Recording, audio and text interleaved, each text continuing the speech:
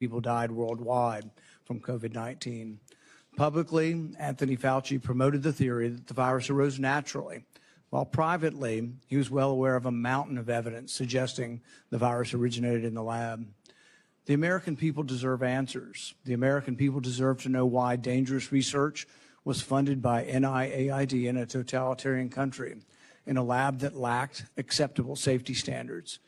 The decision to fund dangerous gain-of-function research in Wuhan, China, will likely go down in history as perhaps one of the worst public health decisions. Frankly, the American people deserve an apology. I hope today, Dr. Fauci, will come clean, admit it was a mistake to fund dangerous research in China, admit that the risk of this dangerous research exceeded any possible benefits, ask forgiveness, and pledge to help our government devise safeguards so a man-made epidemic never happens again. Instead of an apology, you have for years avoided responsibility. Regarding the lockdowns, you argue that you did not personally issue every lockdown order, close every school, or impose every mandate. But officials across the country invoked your authority to justify these decisions. And you presented your recommendations not as judgments open to debate, but as dictates of science itself. Your own words demonstrate that you understood the influence you exercised.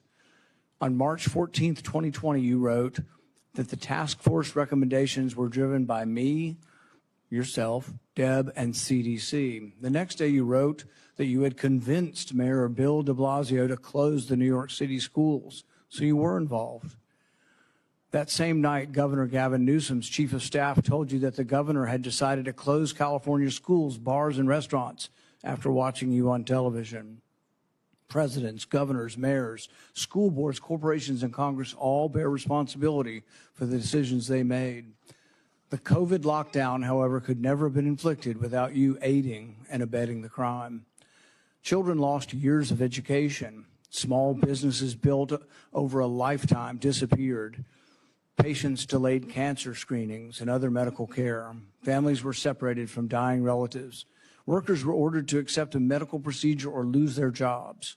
Worship assembly, employment, education, and travel were restricted in the name of science. While you did not impose every restriction, you used your public authority to justify them. While you concluded publicly that COVID occurred naturally, your private record tells a different story. In early 2020, your hand-picked virologist warned that the virus appeared to have been manipulated in the lab.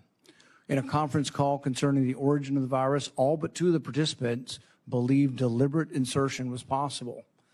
Your concern was not merely theoretical. That same week, you led an urgent effort to determine whether your own agency had funded the research related to these experiments that were now under suspicion.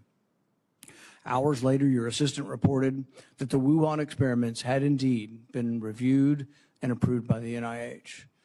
Those were not the actions of officials who believed that a research-related origin was an absurd conspiracy theory. They were the actions of officials urgently trying to determine whether their agency funding was connected to the research under discussion, connected to the pandemic. You could not hide that your agency had funded the Wuhan research or your long history of defending gain-of-function research. The only alternative left was to argue that COVID-19 did not originate in the Wuhan lab. You were not a detached observer. You had an institutional interest in the public believing that federally funded research had nothing to do with the pandemic. It was a conflict of interest from the very beginning. The authors of the proximal origin of SARS-CoV-2 privately had serious doubts about a natural origin. Within days, though, they flipped. And they all wrote in proximal origin that the virus was almost certainly not a laboratory construct. That paper was then used by the government and the media and you to discredit Americans who were asking the same questions that you and the authors were asking yourselves privately. You even cited proximal origin from the White House podium. You held it out as evidence that the virus could not have been engineered. But you didn't disclose your role in the discussions that preceded the writing of the paper. You did not disclose the author's original concerns. You did not reveal that you had been part of the paper, that you had read and offered editorial comments on the paper before it was published. before you began using it as evidence that it couldn't have originated in the lab. You did not disclose that you had immediately investigated yourself whether NIAID funding might be connected to the research. You did not tell the American people the full story. Duly released private messages indicate that the doubts with the authors and others didn't disappear after the publication.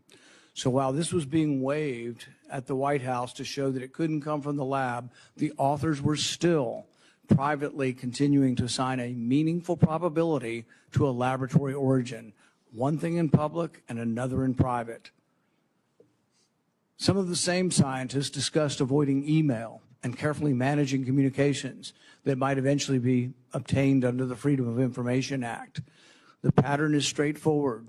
Privately, there was alarm, then an immediate inquiry to see if NIAID's possible exposure to funding, then a rapid public declaration of certainty, continued private doubt, and then years of resistance to disclosure. The question is why? The only logical answer is that your primary concern was avoiding culpability. Your primary concern was hiding the fact that you had approved the funding for this dangerous research. Your support of gain-of-function research is extensive and long-standing. In 2011, your agency funded Ron Fauci's laboratory when it mutated the avian flu until it could spread through the air between mammals. This was the tipping point. This is when others became worried. You funded this. You advocated for this.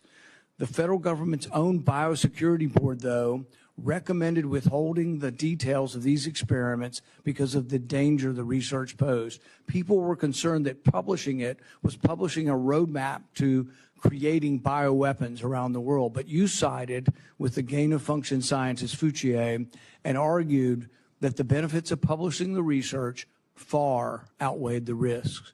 You defended this avian flu transmissibility experiments as critical research. You wrote that even if a scientist became infected and triggered a pandemic, the benefits of the gain-of-function experiments outweighed the risk.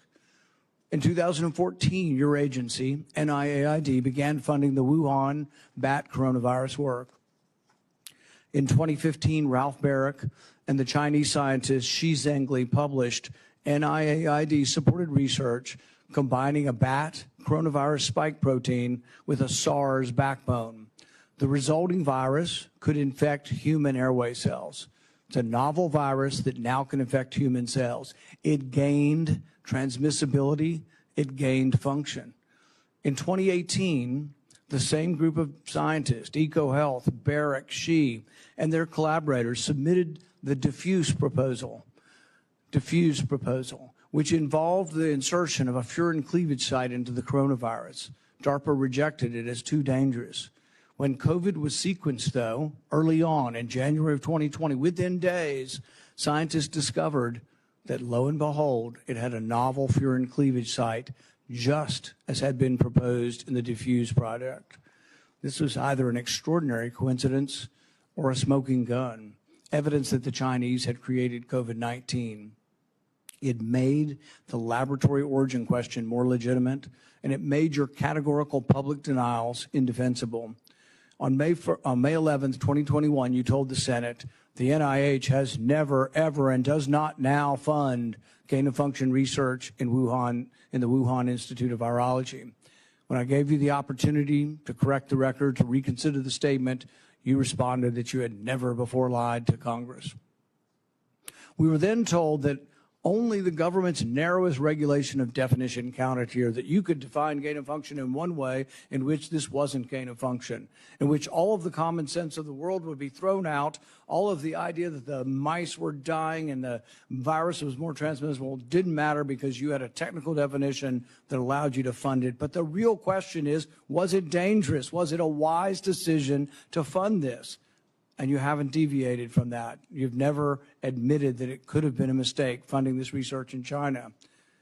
The American people weren't asking for a semantics debate over what is gain of function. They were asking, does common sense say this research was dangerous in Wuhan? They wanted to know whether their money-funded experiments in Wuhan that made bat coronaviruses better able to infect humans.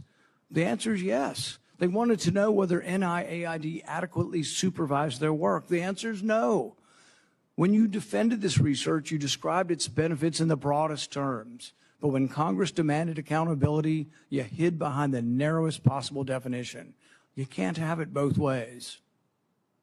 Your conduct concerning federal records raises further questions. It is a crime to destroy federal records. Yet our investigation reveals your assistant diligently reported that she deleted tons of emails. In 2024, you testified that you did not delete federal records. Who's telling the truth, you or your assistant? The committee has obtained repeated instructions from you telling federal officials to delete communications. On February 2nd, 2020, one day after Origin's call, you told Francis Collins, please delete this email after you read it. The committee asked for your voluntary cooperation to come today. Your appearance had to be compelled by subpoena.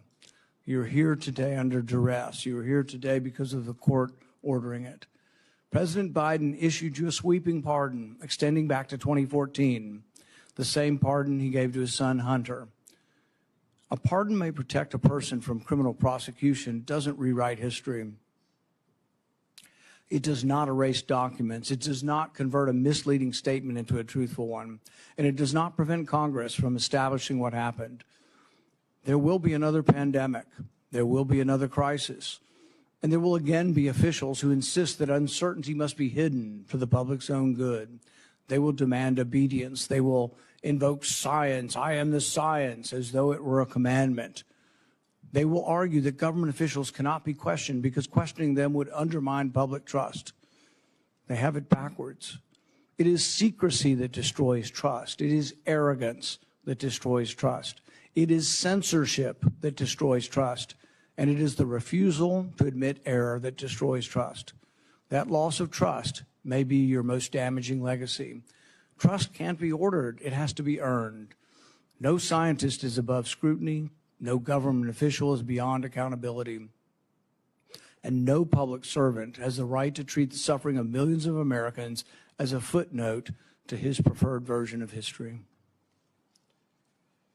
I now recognize Senator Peters for his opening remarks. Thank you, Mr. Chairman. The Senate Homeland Security and Governmental Affairs Committee has a long and a very proud history of conducting serious oversight on behalf of the American people. When this committee has been at its best, Democrats and Republicans have worked together to investigate complicated issues, to follow the facts wherever they may lead, and produce recommendations that actually strengthen our nation's security and improve government functions. That bipartisan tradition has produced meaningful work following Hurricane Katrina, the January 6th attack on the U.S. Capitol, failures at the Secret Service, and countless other matters. Unfortunately, today's hearing is the latest step in the chairman's sharp departure from that long tradition. This hearing appears to be a culmination of months of biased and selected efforts by the majority under the guise of a committee investigation to basically legitimize a predetermined conclusion that was reached years ago. In 2021, the chairman has called for today's witness to be fired, to be arrested, accused him of leading cover-ups and conspiracies. He has even featured the witness prominently in fundraising emails and on the cover of his book. He has also called for the cancellation of the witness's security detail, despite the fact the witness and his family have received numerous credible death threats.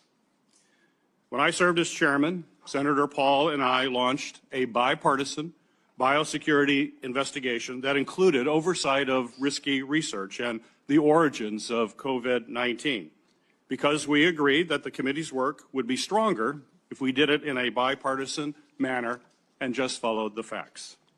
That was and continues to be an area of legitimate and certainly needed oversight. As chairman, Senator Paul has taken the opposite approach.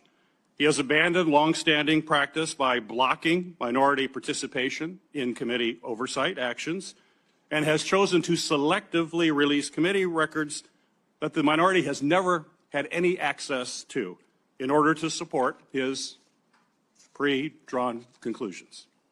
The chairman has repeatedly excluded committee's minority and withheld documents and evidence from members that are entitled to receive them, disregarding longstanding Senate rules and committee precedent that have preserved the credibility of our oversight in this committee for decades. I have raised these concerns directly with the chairman because it's not just what we investigate that matters, but how we conduct that investigation. That also matters.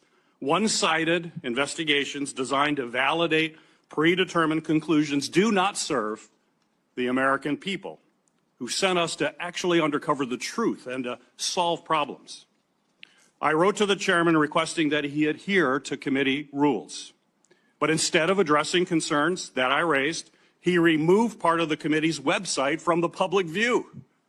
This move not only prevented the public from being able to view those lists of concerns, it adds serious questions about the desire for transparency and legitimate oversight of this matter.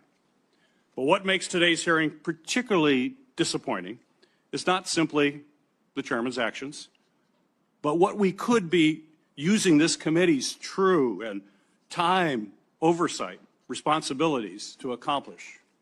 This committee has not held its annual threats hearing at all in this Congress. We have not held a budget hearing for the Department of Homeland Security. There are important hearings that we would have the opportunity to discuss as to how to strengthen our Homeland Security across the board. No hearings on those topics. Instead of focusing on the national security challenges that we are facing in our country right now, today's hearing looks backwards, revisiting questions this committee has already examined, including through bipartisan work that Senator Paul and I conducted together when I served as chairman of this committee. But rather than building on that work to strengthen our preparedness against future disasters, we are instead relitigating the past. COVID-19 exposed serious deficiencies in our nation's public health infrastructure. We know that. More than 1 million Americans lost their lives, and this committee should absolutely continue examining how we can better prepare our nation against future biological threats. Those are the kinds of forward-looking, life-saving questions that will help our nation be better prepared to protect the health and the safety of Americans when the next emergency occurs. Unfortunately, at this precise moment, we should be strengthening our capabilities. The Trump administration seems to be doing everything in their power to actually weaken our capabilities. The administration has hollowed out the public health workforce. They have fired, pushed out, and cut funding for public health personnel, shrinking the CDC workforce by a quarter. Thousands of experienced scientists have left government service, and with them has gone critical institutional knowledge that cannot be easily replaced, certainly not quickly replaced. The administration, thanks to political operatives like Russell Vought, has slashed or illegally withheld funding for life-saving medicines and cutting-edge technologies that let us rapidly develop them during an emergency. Mr. Vought is now further politicizing the federal grant-making process, proposing to subject all federal grants, including those for disaster relief, housing development, and cancer research, to the whims of political appointees, not nonpartisan experts. All of this has left the American people more vulnerable to infectious disease threats, and we are already tragically seeing the consequences. Staffing and funding cuts have slowed the federal, state, and local response to ongoing outbreak of a foodborne parasite, which has sickened thousands in my home state of Michigan, as well as across the country. At the same time, the administration cuts to global health programs and international partnerships have greatly reduced our ability to contain dangerous diseases like Ebola before they spread to our shores.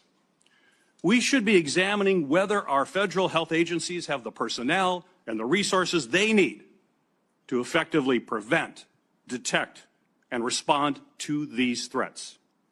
We should be asking how to strengthen our biodefense efforts to deter our adversaries and prevent biological attacks against our country, and how our government can better coordinate and communicate during public health emergencies.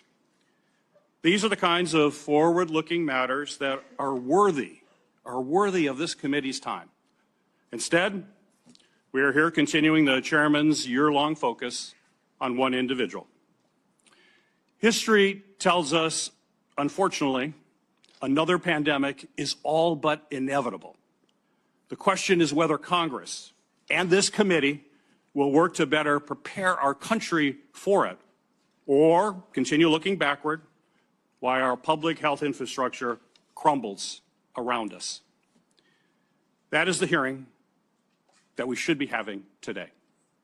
Unfortunately, I fear the intent of this hearing is only meant to further a purely partisan agenda and it will not make Americans safer. Thank you, Mr. Chairman. The accusation that the committee has denied access to the minority to records is categorically false. This is the most transparent investigation in the history of Congress.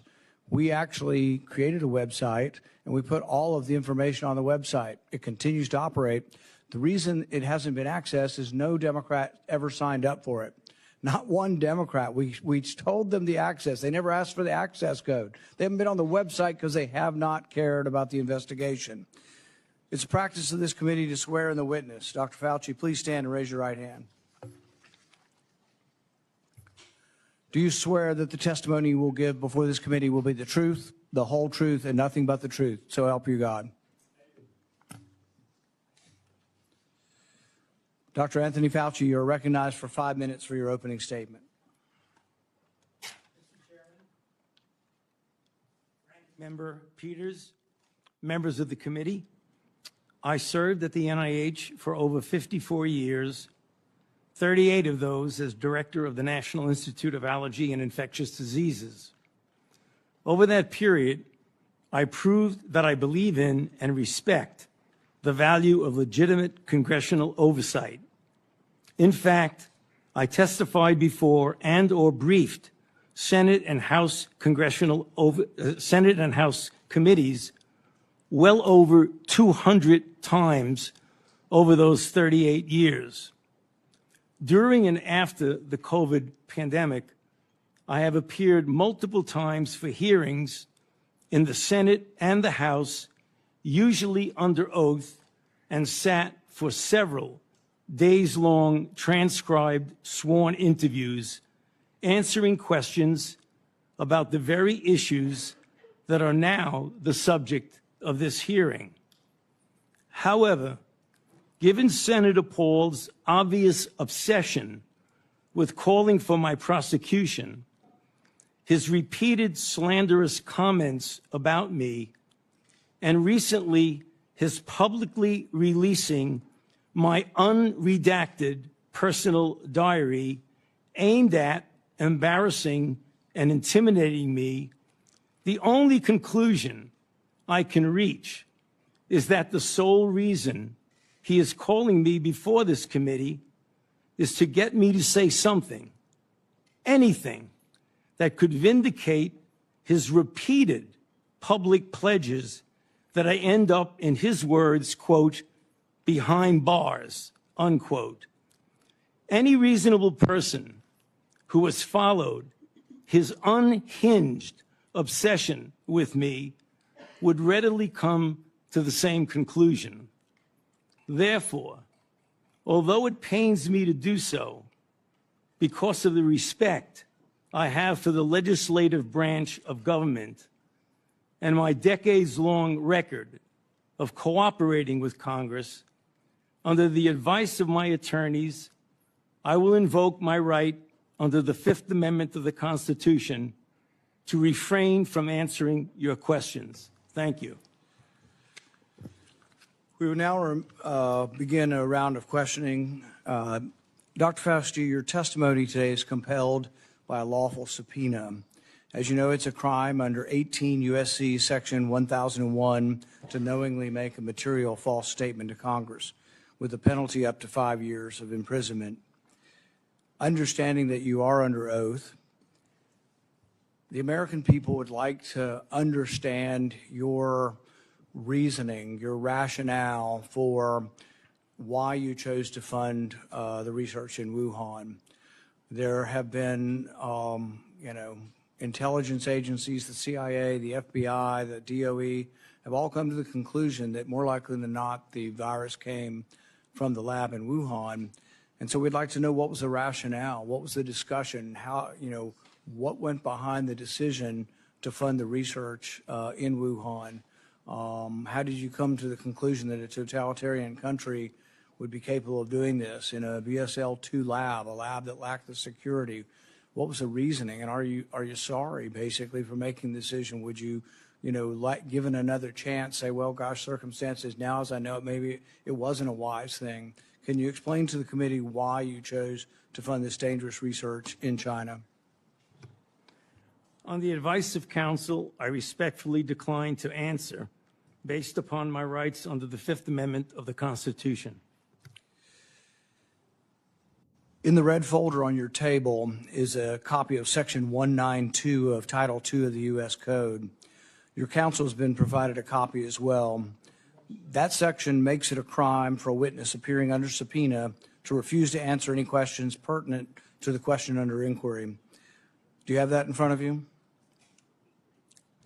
On the advice of counsel, I respectfully decline to answer based upon my rights under the Fifth Amendment of the Constitution. Let the record record that the witness has refused to answer whether there's a folder in front of him based on his Fifth Amendment right.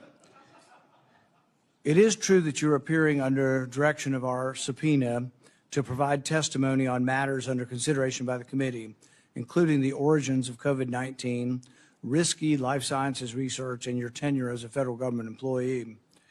Additionally, you've been provided a full and unconditional pardon dated January 19th, 2025, for any offenses against the United States which may have been committed or taken part from January 1st, 2014 through the date of the pardon for a 10-year period, arising from or in any manner related to your service as director of the National Institute for Allergy and Infectious Diseases, as a member of the White House Coronavirus Task Force, or the White House COVID-19 response team, or as chief medical advisor to the president. Have you refused this pardon, or do you have any reason to believe this full and unconditional pardon, this grant of immunity, would somehow require you to plead the Fifth Amendment? On the advice of counsel, I respectfully decline to answer based upon my rights under the Fifth Amendment of the Constitution. Based on the facts presented, I'm going to direct you to answer the questions. The committee has issued a valid subpoena. They've requested your presence here. The questions are very pertinent to your decision-making as head of NIAID, as well as a chief advisor to the president.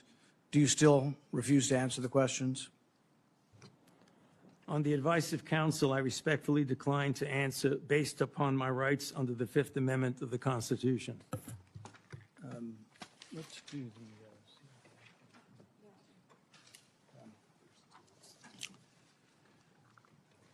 Dr. Fauci, were you ever made aware of gain-of-function research on monkeypox being conducted at the National Biodefense Analysis and Countermeasure Center, NBAC, at Fort Detrick? On the advice of counsel, I respectfully decline to answer based upon my rights under the Fifth Amendment of the Constitution. Dr. Fauci, did the CIA ever transfer funds to NIH under an interagency agreement?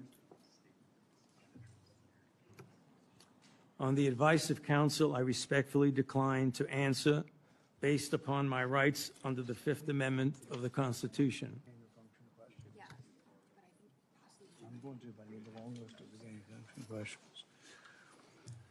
Dr. Fauci, did the NIH ever conduct research for or in coordination with any element of the intelligence community, CIA, ODNI?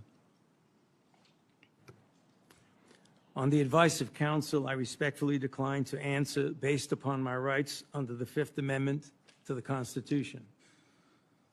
The reason why these questions are important is, President Trump has done a ban, and we're glad that he did a ban on gain-of-function research. So we're better off than we were when we had an advocate serving as head of NIAID, an advocate for gain-of-function research. There is still, though, a question, though, whether or not the intelligence community is adhering to that order. There's a question of whether or not gain-of-function research is still ongoing. And these are important questions the American people deserve to know. Dr. Fauci, have you been read into any classified Department of Homeland Security program, any prospective special access program concerning gain-of-function research? On the advice of counsel, I respectfully decline to answer based upon my rights under the Fifth Amendment of the Constitution. When we look at the research in China, the gain-of-function research that you've denied was gain-of-function, one of the things that startled the scientists when they saw COVID in the first couple of weeks was when they looked at the sequence of it, they said, oh my God, there's a furin cleavage site in it. And in this particular family of coronaviruses, the sarbecoviruses, they'd never seen this before. They were also startled to look at it and see how it was coded for, what the codons were, and to discover that the codons used out of 36 different possibilities turned out to be the one that was commonly used in gene manipulation by scientists. Dr. Fauci, were the scientists at the Wuhan Institute of Virology capable of inserting a furin cleavage site into a coronavirus? On the advice of counsel, I respectfully decline to answer based upon my rights under the Fifth Amendment of the Constitution. So one of the experiments that was pretty common was they would take the backbone of a SARS virus, and this would be a SARS virus that the backbone itself wasn't that dangerous, but then they would dig through guano, 300 feet underground, bat guano. They'd find other viruses, unknown viruses. They'd take the S protein off of an unknown virus and stick it on a backbone. And then they would infect mice that have humanized cells. And they were trying to discover if they could create a virus that infects humans. Now, many people would say, well, gosh, that doesn't sound like a really good idea to create viruses that don't exist in nature to see if they'll infect human cells. What if one escaped?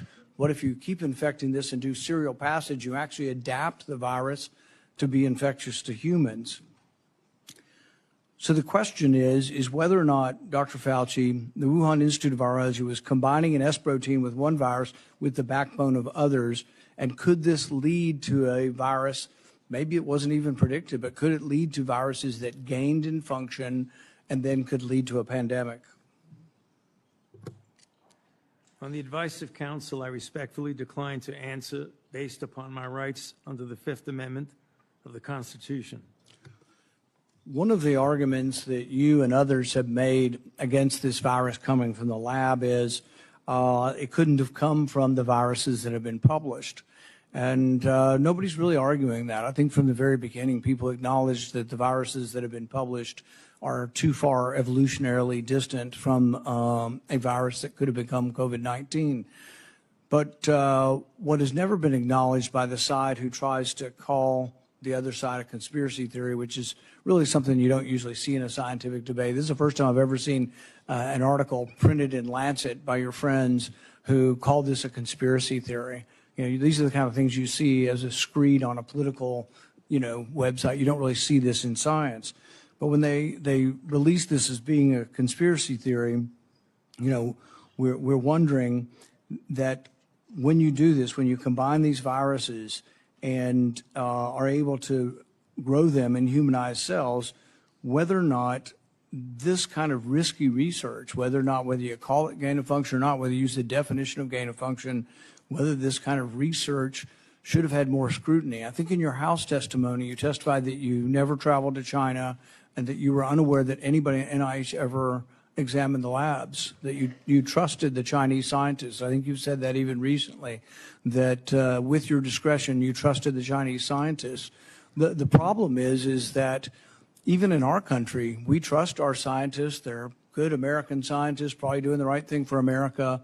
But at the same time, we oversight to make sure it's not dangerous research, but we also investigate the lab. I believe Fort Detrick was one of our main labs, was closed down in the last year or two because of, research institute, a research incident that was dangerous with dangerous pathogens. And so the American people would want to know, how could you approve this dangerous research in China, say that you trusted the Chinese scientists, and then in the end, you had to admit that you'd never been there and none of your inspectors had ever been there? Dr. Fauci, had any of the labs where this dangerous research was occurring, were any American lab oversight or lab investigators, did they ever appear in these labs to make sure that they were safe labs?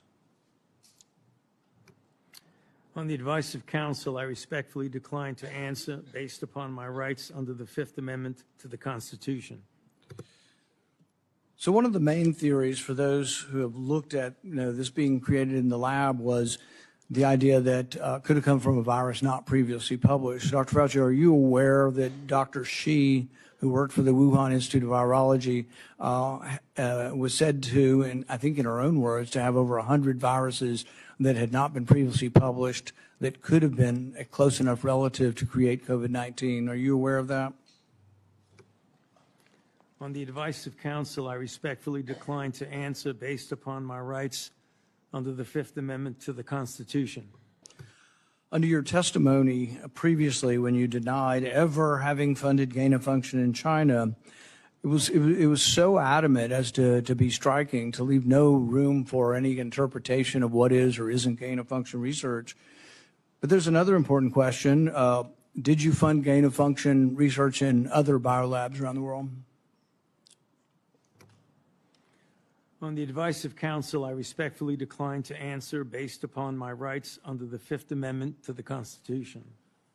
The one research project that we do know you did fund is the one that Ron Fauci did. And it's important to talk about because this sort of was the beginning of the debate over gain of function. And this wasn't just me. I wasn't even aware of the debate 10 years ago. This was other scientists. Over 200 scientists at the Cambridge Working Group signed a protest because they didn't think you should fund the research, and they didn't think it should even be published because it was sort of a roadmap as to how to make a bioweapon. So what they did was the avian flu, and this is important. It may be the most important question we get to here today. The avian flu has about 50% mortality for humans. The good news, though, about animal viruses is they don't infect humans very well. It will infect humans, but doesn't go human to human very well. Ron Fauci, with the money that you provided to him, did an experiment where he caused purposeful mutations to create a new virus, an avian flu that didn't just infect birds well, but actually infected mammals well, went ferret to ferret in an aerosolized manner. People saw this and were aghast, at the decision-making process that you decided to fund this. But this is when, the debate came about, and you wrote in support of this in the Washington Post, and you said, even if a scientist is bitten, even if a pandemic should occur, the knowledge is worth the risks. Do you still stand by that? Would you like to qualify at all whether or not the knowledge of gain of function is worth the risks, particularly in this case, since we now know 15 million people died worldwide? Many people believe this came from the lab. Do you think that the risks really are worth the benefits for gain of function research? On the advice of counsel, I respectfully decline to answer based upon my rights under the Fifth Amendment to the Constitution. All right. We're going to finish with this question, and it's based really on that statement, that general statement in your support for gain of function, the idea that the benefits outweigh the risks. So there are many other people who disagree, and they aren't politicians or not. I don't know what party they're in. David Relman is probably one of the most esteemed, and he is a scientist at Stanford. He, I think, has classified clearance. He's been a consultant to our government probably for a decade or more. And he's written about this publicly. He says the opposite. He said that the risks of this research do not outweigh the benefits. He said the risks, we shouldn't do it. Richard Ebright, who's been involved in this debate for 2 decades, says the same thing. Says we really shouldn't be doing this at all. There's a quote also by, the Kevin Esfelt quote, is that at the very end?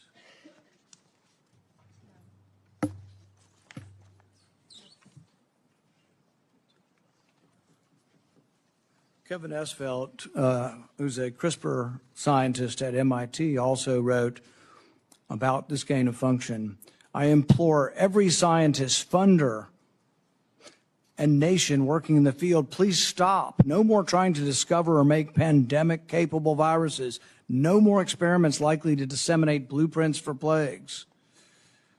Dr. Fauci, would you like to at least answer this one question for us today and let us know whether or not you've changed your mind on whether or not the benefits of gain-of-function research outweigh the risks? On the advice of counsel, I respectfully decline to answer based upon my rights under the Fifth Amendment to the Constitution. The chairman has denied your assertion of privilege and directed you to answer, but you nonetheless refuse and stand on privilege despite the existence of the pardon. The committee will have to consider after this hearing what appropriate action should be taken against you for the failure to testify after being directed to do so. It's against the law to obstruct an investigation of Congress. There will be repercussions to your refusal to testify today. Senator Peters.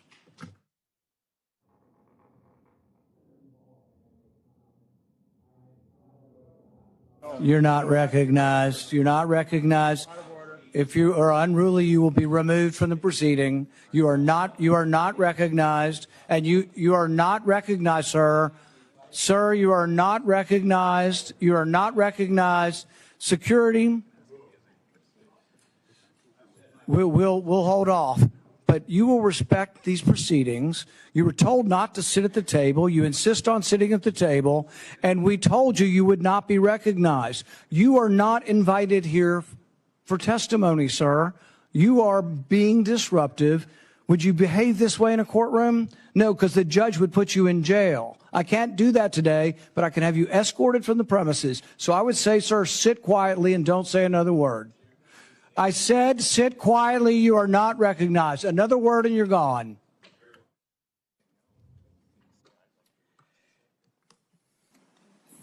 So, Mr. Chairman, I'd like to hear what the attorney has to say.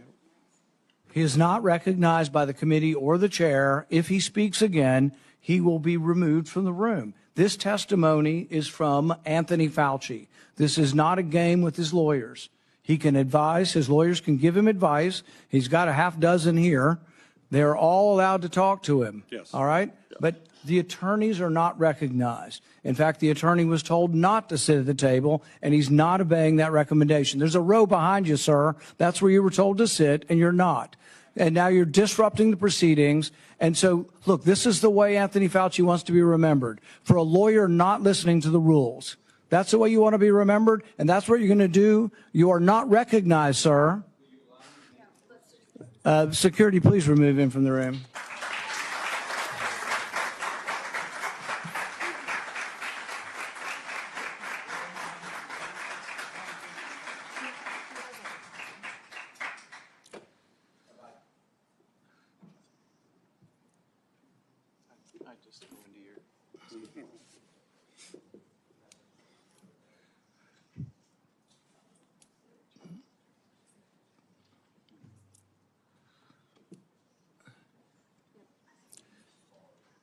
Let the record state that Dr. Fauci will still have the advice of the other half a dozen attorneys that he brought along today. Senator Peters. Thank you, Mr. Chairman. The COVID-19 pandemic is not the first or the last public health crisis to impact our nation. In December 2022, I released a report that identified significant failures in our federal government's preparedness and initial response to COVID-19. This report contained 17 key findings. It's a very large report, which I have right here. It contains 17 key findings and corresponding recommendations, including the need to invest in sustainable domestic manufacturing capabilities for critical medical supplies, build the infrastructure needed to surge testing capacity for infectious diseases, and robustly fund public health emergency preparedness and responses across all levels of government. Unfortunately, multiple administrations, including the current Trump administration, have failed to fund or to reform our health preparedness.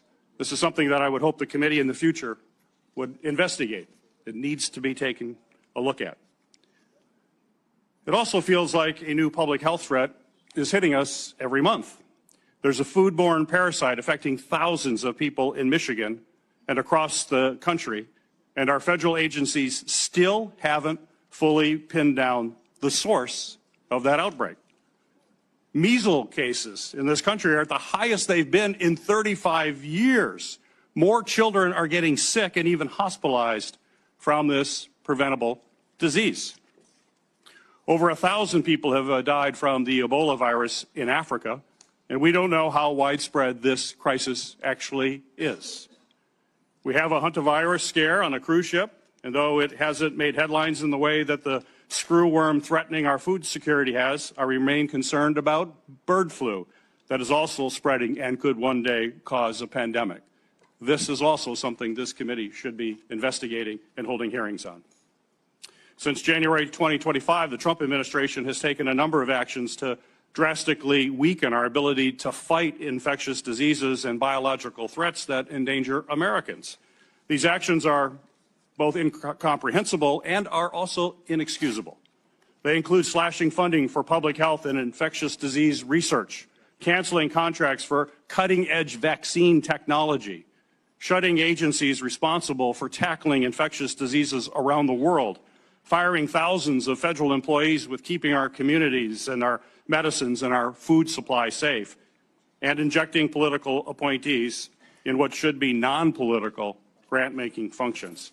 That is something this committee should be looking at. I could go on. I could go on all the topics that we need to be looking at moving forward to protect this country. We're not doing that in this committee. That's what this committee was designed to do. It's what it has done throughout history. It has done it in a bipartisan way. We should get back to that and think about the future of this country and keeping this country safe. When a crisis like COVID-19 strikes, we have an obligation to examine what went right and what went wrong to provide accountability for the American people. Congress certainly has done that. Between the House and Senate, nearly 20 different committees, including this committee, as I mentioned, have conducted oversight of the COVID-19 pandemic, conducting transcribed interviews, holding dozens of hearings, and released more than 10 reports. Today's exercise, unfortunately, is a stark departure from those largely bipartisan, legitimate efforts. The chairman has shut the minority out of participating equally in these efforts, withheld information, selectively released documents, actions that completely undermine the credibility of this investigation. I will enter a record without objection, Mr. Chairman, a letter that I sent to you that detailed all of those areas that we have concern with and where we were shut out. Without objection. We'll provide other details as well. I think today's hearing, unfortunately, does real damage. It's tempting to turn one person into the scapegoat for a crisis that hundreds of officials across both the Trump and the Biden administration were responsible for handling. And it does so in a way that people that are facing death threats. This is only going to, unfortunately, deter other scientific experts from public service to understand that this is what they would have to go through as they provide their advice to us. We're not going to make our nation safer, and I hope that we can restore by doing these kinds of activities, and I hope that we can restore our legitimate bipartisan oversight that's going to help strengthen our public health and pandemic preparedness and other homeland priorities. That's what this committee needs to focus on. It hasn't the last year and a half. Let's hope it does in the future. Thank you, Mr. Chairman. Senator Johnson. Thank you, Mr. Chairman. Dr. Fauci, I hope the American people listen very carefully to Chairman Paul's opening statement. I think it's a stunning indictment of the actions you've taken that have been so destructive to global health. I certainly understand why you needed a pardon.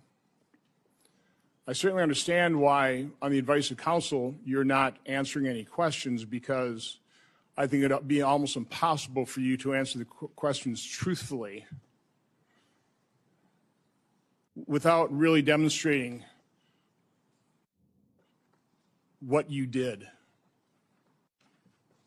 your culpability, self-incriminating. We have, all of us, has prepared a lot. I've been deluged with questions to ask Dr. Anthony Fauci. There are so many legitimate questions that deserve answers, and now you're not willing to provide those answers. So with my limited time, I'm going to talk about things that my investigation have revealed that have not been adequately answered and, quite honestly, haven't been adequately covered by the legacy media. I'll kind of combine the questions into kind of one, but I certainly let's put up the last COVID chart. I was warned pretty early on about the dangers of the experimental gene therapy that you've called a vaccine, but it really falls under the definition of gene therapy. So I was going to ask you, were you carefully monitoring the safety surveillance systems like VAERS and vSafe that literally were deluged with complaints? Currently, worldwide, there have been almost 1.7 million adverse events reported to the VAERS system. Of those, over 39,000 were deaths.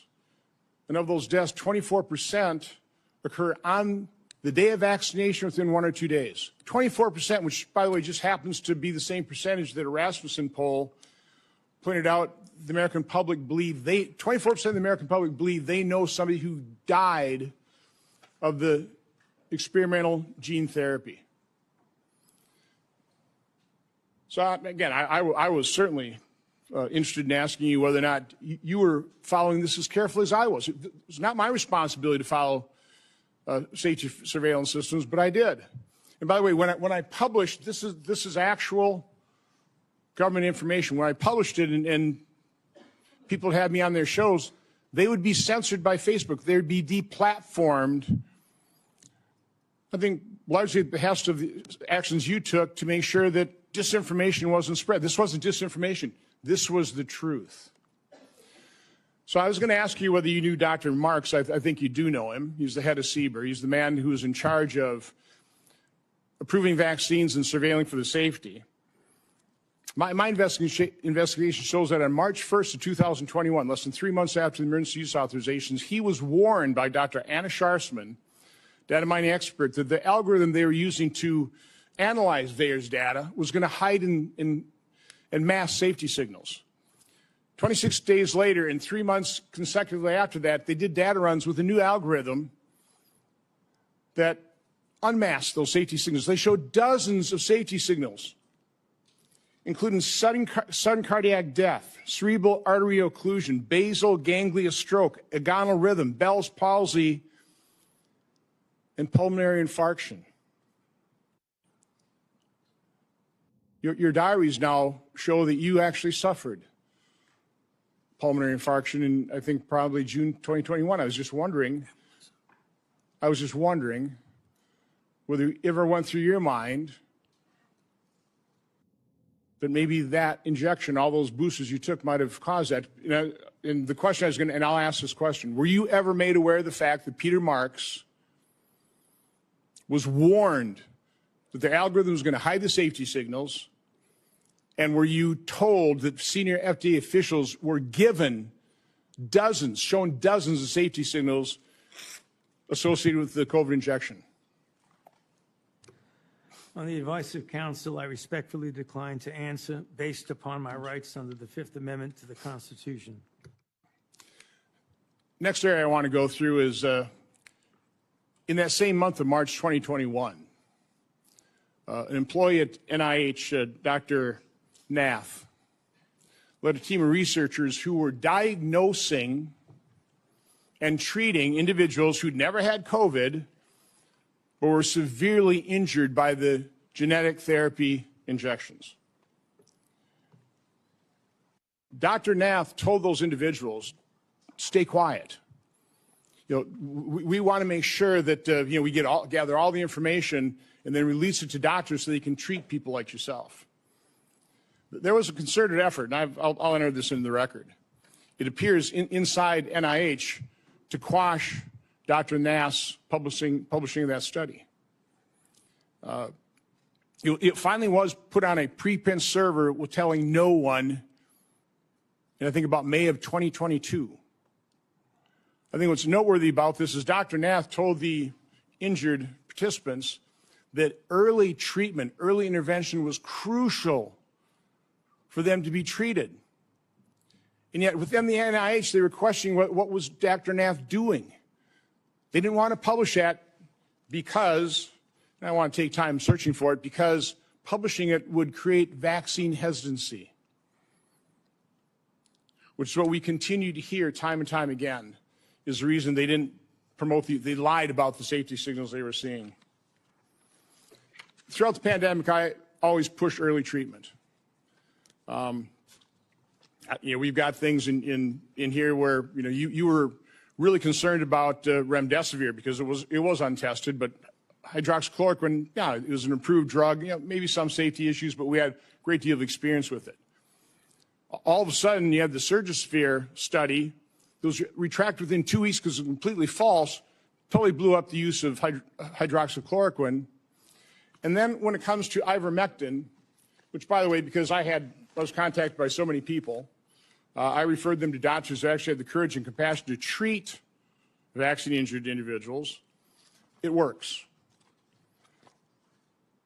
But I was going to ask you whether you were involved in the FDA attack on ivermectin.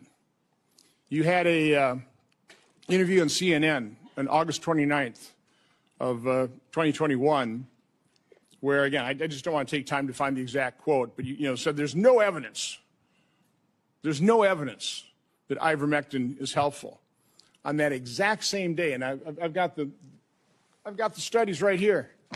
There was a website that was tracking the random controlled studies.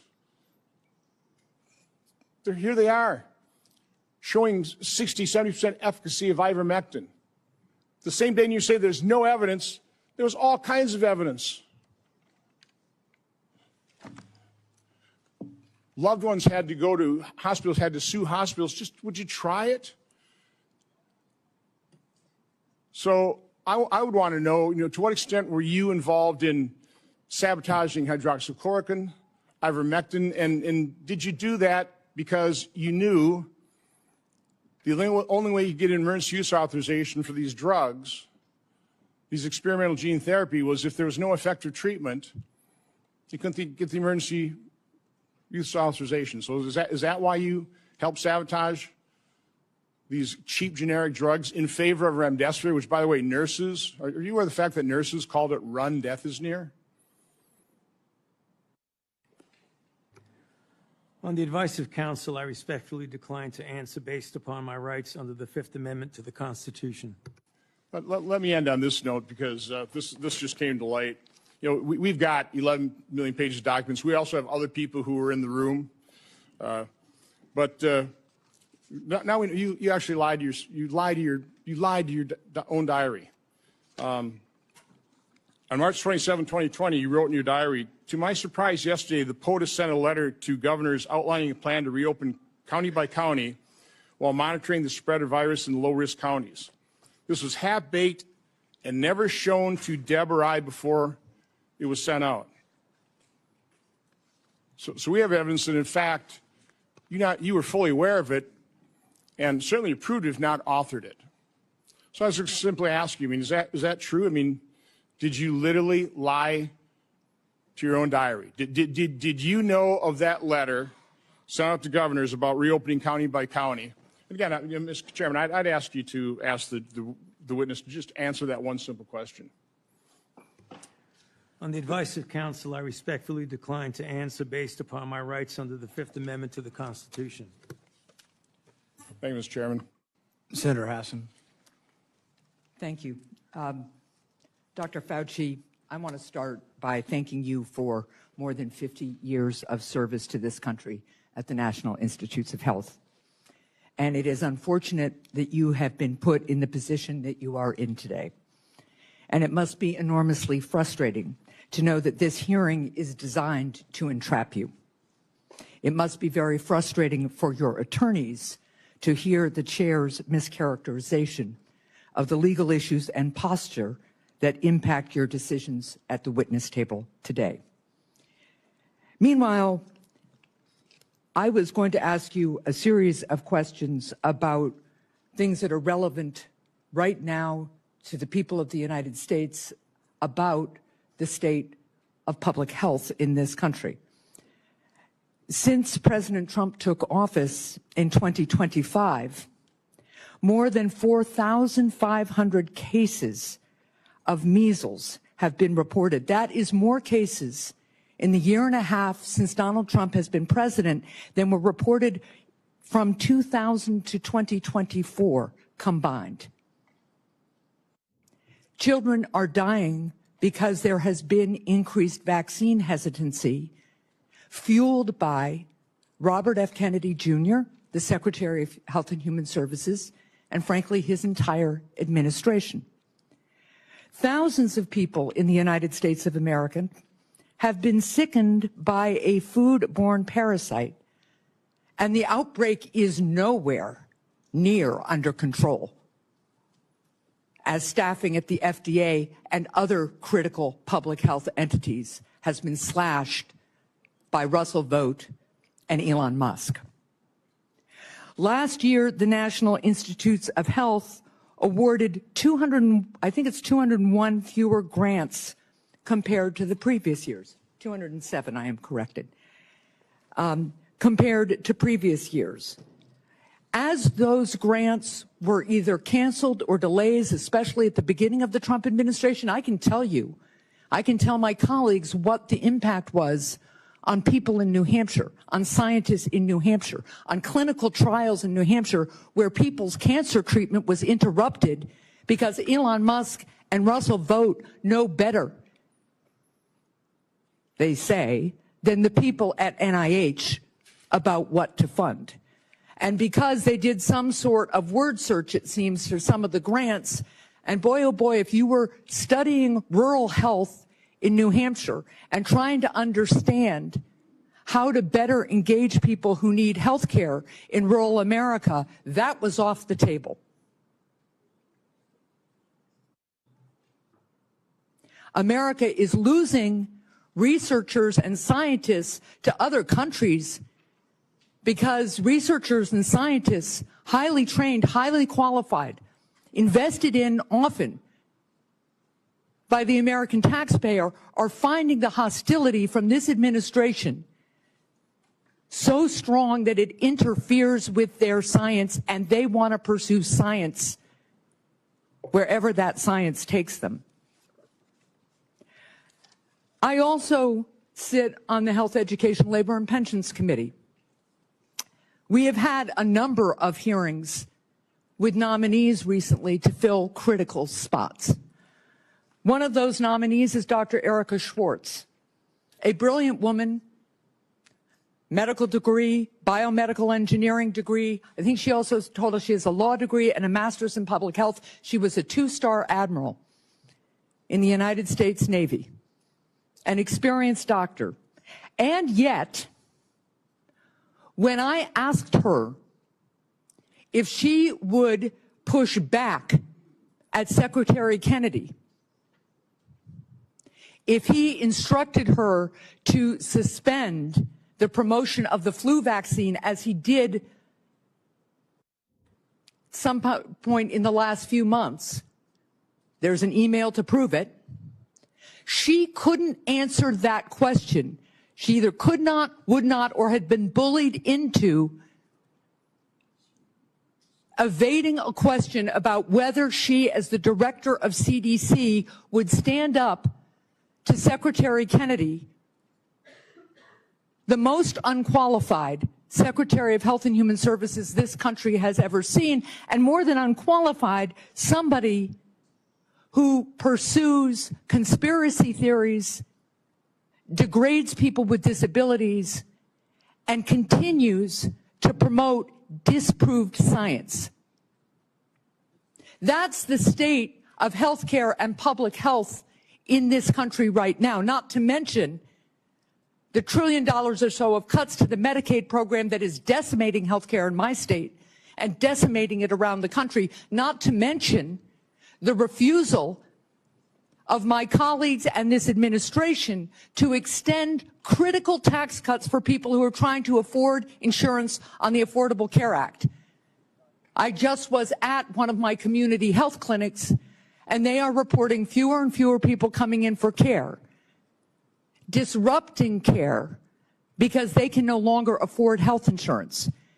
And that is impacting, of course, the revenue stream to the community health clinic, their ability to hire and pay people, their ability to take care of their community. That's what I wish we were having hearings about in this committee and in the Health Committee. That's what I wish we were trying to address in a bipartisan way. But instead, we are here in an attempt to entrap you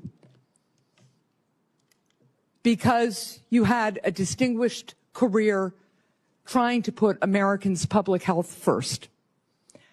With that, I yield. Senator Lankford. Mr. Chairman, thank you. Dr. Fauci, thanks for coming today. I know you're invoking your Fifth Amendment right, which you have the right to be able to do constitutionally, but thanks for coming and be a part of this. There are a lot of issues and a lot of questions that have come up, and hopefully in some day in the future, we'll be able to get all this clarity to be able to pull together. There were over 1 million Americans that died from COVID. You know that well. You were tracking the numbers literally every single day, those affected and those that died from the earliest days. There are a lot of lessons that we've got to learn from this, that we should put into history to be able to determine what happens in the future. How do we respond in the future? How do we deal with something like this again? It was uncharted territory for everyone. But I would tell you, countless families, including my own, watched a loved one die behind glass or through a screen because we couldn't get access to them. Children couldn't get to school. People missed their prom or graduation ceremonies. There were lots of things that happened that dramatically changed the future of the country. The mental health issues that we have continued to deal with from the isolation have been profound. Even something as simple as children that wore masks or around adults wearing masks for all that time are slower in learning language now because they couldn't watch someone's lips moving, and so they're slower in that. Amazingly enough, churches and places of worship were forced to be closed down. There were even churches that met where the pastor preached in the parking lot and the congregants all met in their cars with windows up, and police came and scattered them and said, "You can't be here." The simple act of social distancing became an issue. As everyone guessed, what's the right distance to be away from someone else? Literacy rates have declined. All these things are results, not to mention the loss of lives and the health experiences that have been out there for many Americans. So there are legitimate questions. I wanted to be able to raise some of those, to be able to walk through some of this, because it has been very, very challenging. As we've gone through some of your notes and your diary and other things that are out there, we're trying to be able to pull bits and pieces of things to be able to learn lessons. On May the 6th, 2020, you wrote at that time, I had a conversation with Robert Redfield, who, as you know well, was then the director of CDC, about the fact that greater than 1 million children worldwide have missed their measles vaccination because of the shutdown. You stated, this is terrible and needs to be addressed, since on that basis alone, there would be far more excess deaths from measles among children than coronavirus deaths among children. I need to bring this up to the TF, the task force. Did you ever have an opportunity to bring up the potential of measles deaths among children and an infection rate going around the world from measles based on the fact that so many children would not get their measles vaccine because of the shutdown? I'm sorry, Senator, but on the advice of counsel, I respectfully decline to answer based upon my rights under the Fifth Amendment to the Constitution. That is your right to do. One of the big issues that's really coming up is on the lab issue. This was greatly discussed about whether this came from a lab or whether this came from nature. There are obvious issues and differences between the two to be able to know this. You had a lot of conversation on this. Scientists around the world were in conversation on this. There were different statements that you even made in your private notes and your public notes on it. In January the 26th of 2020, this is before we had our first tragic death of coronavirus in the United States, you wrote, it now appears using epi data that the genomic data, the first infection was in early December and was not connected to the market, which was the big rumor that was out there, is this wet market in China. we know the market was not the source, it was the amplifier. On January the 31st, you wrote about a phone call. You wrote the people on the phone felt the mutations around the furin cleavage site of the spike protein could not have occurred naturally since it would require an evolutionary jump that they found nowhere in bat isolates. They bring up the possibility this could have been deliberately inserted and either accidentally released or deliberately released by a crazy person in the lab, the former being the most likely. February the 1st, same year, 2020. This is again still before our first death. There was not total agreement about the likelihood of deliberate insertion. Ron said he was sure that this could occur naturally and we should not waste our time and divert our effort to pursue this. This is expected of him since he was the original gain-of-function person with Yoshi. Also, Christian was with Ron. The rest felt deliberate insertion was possible, and given the fact that Dr. Jingling Shi at the University of Wuhan has been working for years in gain-of-function in coronaviruses to allow adaptation of the spike protein to bind to the human ACE2 receptor, we could not let this go. That's a remarkable statement for February the 1st of 2020, when there hadn't even been the first death here, but we knew something was moving. You knew well that something was moving. You identified February the 1st before any of us had ever heard of the Wuhan lab, not only the Wuhan lab in the conversation, but literally the scientist that you named in your own notes, the lead scientist that was there. It's interesting to me on that. And the questions I was going to ask you was just your background and knowledge about the Wuhan lab and Dr. Shi and all the details. I'm aware of where you have been on trying to be able to plead your Fifth Amendment right, which is your right to be able to do. But I also want to be able to find out some facts to be able to help us for the future on this.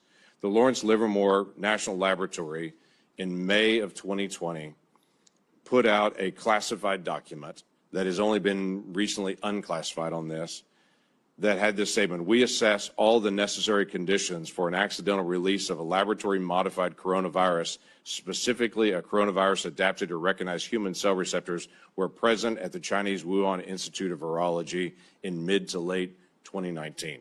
Now, the question that I had for you is, this is May the 27th of 2020. This is the report that most people will see, is this. I have clearance. I serve on the Intelligence Committee. I've actually read this complete document unredacted. My concern is, were you given the ability to see this document unredacted? Based on your position, were you able to see this and to be able to get this information? I could see it, and I know what's here. Everybody else just has their conclusion at the beginning of it, not this. My question to you was going to be, did you have access? Because it's important for the future that people in your position do have access to this kind of information and insight. Is there any way you could answer that question? Were you able to give access to this data? On the advice of counsel, I respectfully decline to answer based upon my rights under the Fifth Amendment to the Constitution. You wrote on January the 26th of 2020, we should be allowed to send our CDC epidemiologists to China to work with them so they could see the data firsthand.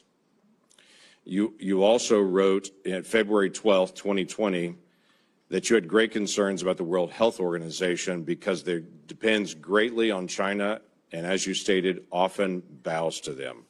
Now, this is a really important issue that we've got to resolve for the future. It's not just our cooperation with Chinese scientists, it's our acknowledgement that China covered up their data, wouldn't allow our scientists to be able to come in. They cleaned up the wet market. They cleaned up the other areas. They wouldn't allow you to get access to all the other scientists who are there, including their health records, what happened to them, or even all the sequencing that they had done in advance.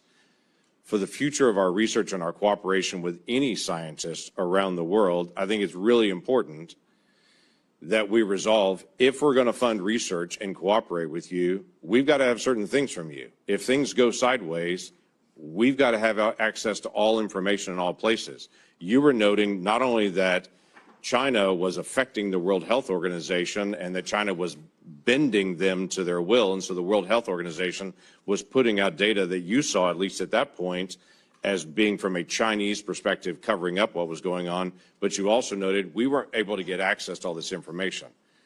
we've got to be able to figure this out for the future to be able to make sure that research that is done, we have access to all information. If something goes sideways at some point, which clearly it did at the Wuhan Institute of Virology, and that being, as was noted by many people, the only lab in the world that was doing research like this that had a lower standard of actually their security standards there than many other labs around the world, yet they were doing this very dangerous research.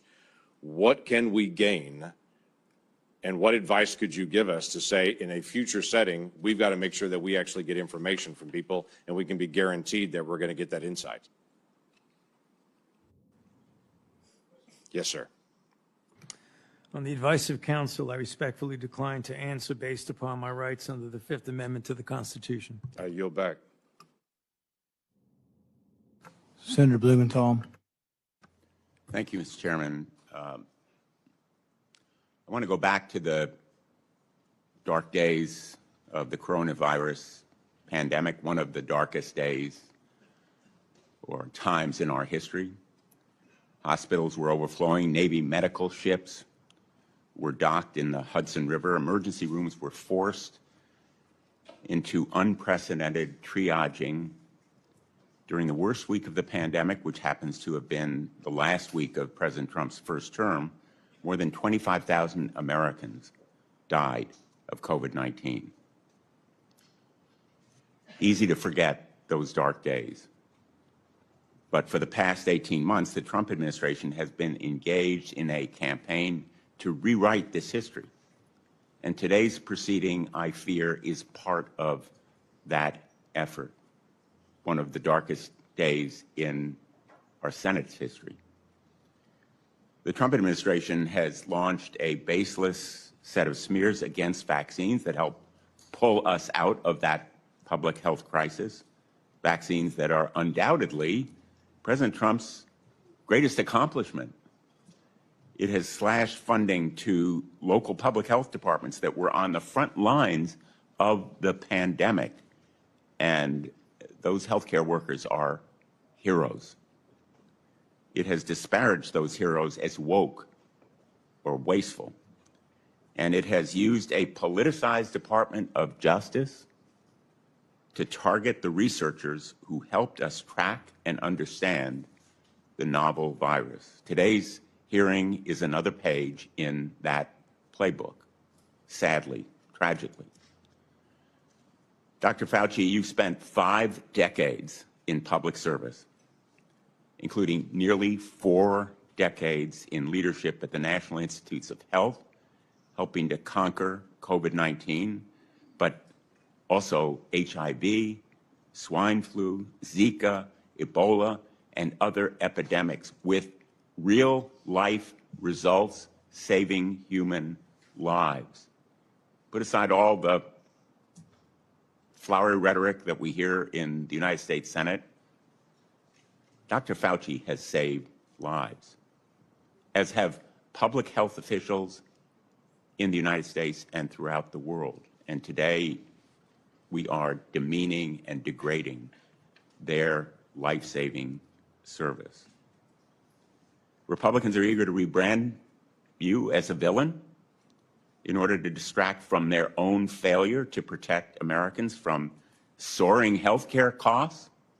They've been rising astronomically in the last couple of years, and from unsafe food, which has caused cyclospora to spread, and resurgent measles as a result of the anti-vaccine policy.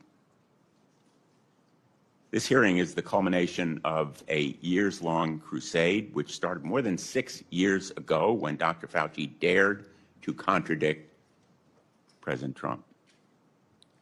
The campaign to vilify you, Dr. Fauci, is just one part of this larger campaign against science and facts, a campaign that has made Americans less safe. It is shameful that in a country like ours, a dedicated public service like Dr. Fauci has experienced persistent threats to his life since the pandemic because of the lies that are told about him. His attorney has been gagged, thrown out of this hearing room. But he has written a letter to the chairman that is an explanation for the reasons why Dr. Fauci is, in fact, invoking his constitutional right. It is a right. And I would ask that this letter from David Schertler and Danny Onato be made a part of the record if there's no Without objection. objection. His attorney has also issued a statement within the last half hour, I believe, that sets forth, again, the reasons that he is here to help protect his client's rights. And I would ask that that statement be made part of the record as well, Mr. Chairman. Without objection. Let's be very clear. The Fifth Amendment is a right of everyone appearing before an authority like this one. It should be respected. And the reason that Dr. Fauci has invoked it, in the words of his attorney, quote, during and after the COVID-19 pandemic, Dr. Fauci appeared at least a dozen times for congressional hearings in the Senate alone in answer to questions about the very issues on which you purport to seek information. He has been thoroughly transparent and consistent in providing factual information to Congress, and he is deeply familiar with the processes and protocols of sharing information with the legislative branch. And then, referring to the chairman, this years-long public crusade against Dr. Fauci makes one thing clear. This is not a serious effort to seek information from Dr. Fauci in a transcribed interview for a valid legislative purpose. You are single-mindedly fixated on Dr. Fauci, seeing Dr. Fauci prosecuted for imaginary crimes, and you are so invested in that outcome that you have created a personal brand around it. Those are the words of his attorney, and he cites as well the statements of the chairman, which indicate a clear intent that the result of this proceeding be a prosecution. Quote, the power of some of us must be used for good, like putting Fauci in jail. That's from December 23, 2025. I want to give him a subpoena and a jail cell, also from December of 2025. The first was 2024. Those kinds of statements by the chairman of a committee in tweets certainly provide a well-founded fear that the proceeding underway is simply an effort to trap Dr. Fauci in some kind of criminal wrongdoing. That is not the purpose of a congressional hearing, not the valid purpose of a congressional hearing. During some of the dark days in this body, under Senator Joe McCarthy, it became standard operating procedure to seek that kind of prosecutorial objective. We should not be part of a rerun of that kind of effort.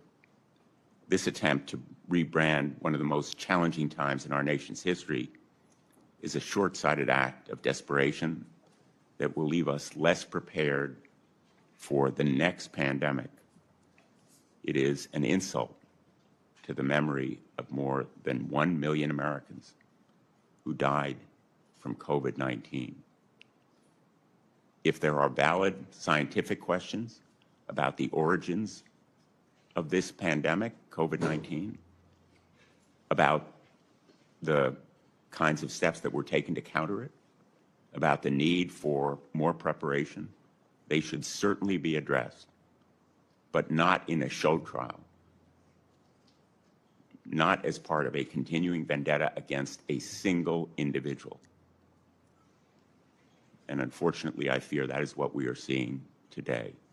America deserves better. Thank you, Mr. Chairman. In no courtroom in America can you have your witness plead the Fifth Amendment, then your attorney gets to testify. That's what that letter is. The attorney's complaining and testifying, saying, he didn't do it, the prosecution's unfair. You don't get to do that. That's one thing you give up when you take the Fifth Amendment. You say, I'm not going to testify. I'm not going to give you any information. You don't then get to put your lawyer forward to justify it. He can do it in the press, but you can't come and testify. He was not invited to testify, and he was out of order, and it was appropriate to have him ejected. Senator.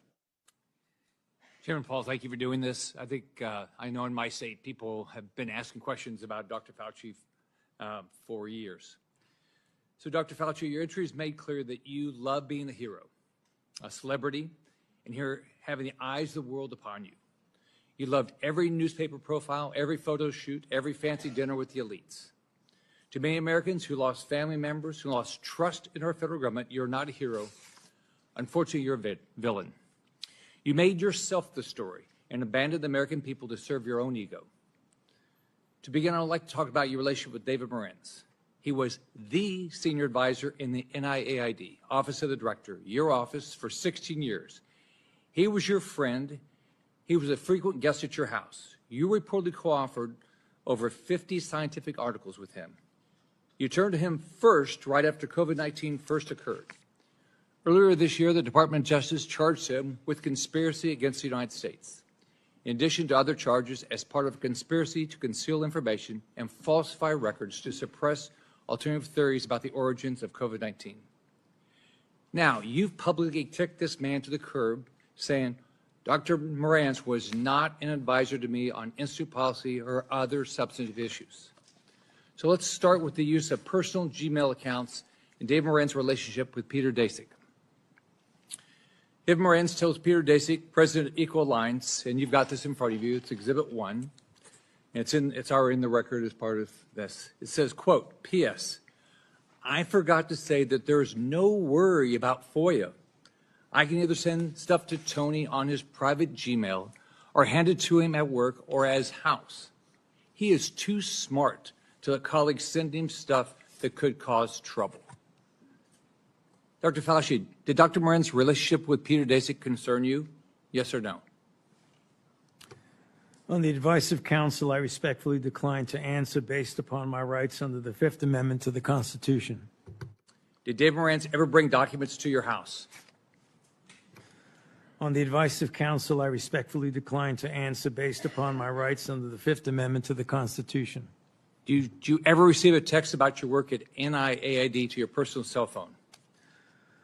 On the advice of counsel, I respectfully decline to answer based upon my rights under the Fifth Amendment to the Constitution. Did any text about your work at NIAID that went to your personal cell phone ever become part of federal records? On the advice of counsel, I respectfully decline to answer based upon my rights under the Fifth Amendment to the Constitution. Did you maintain a personal email account while serving as director?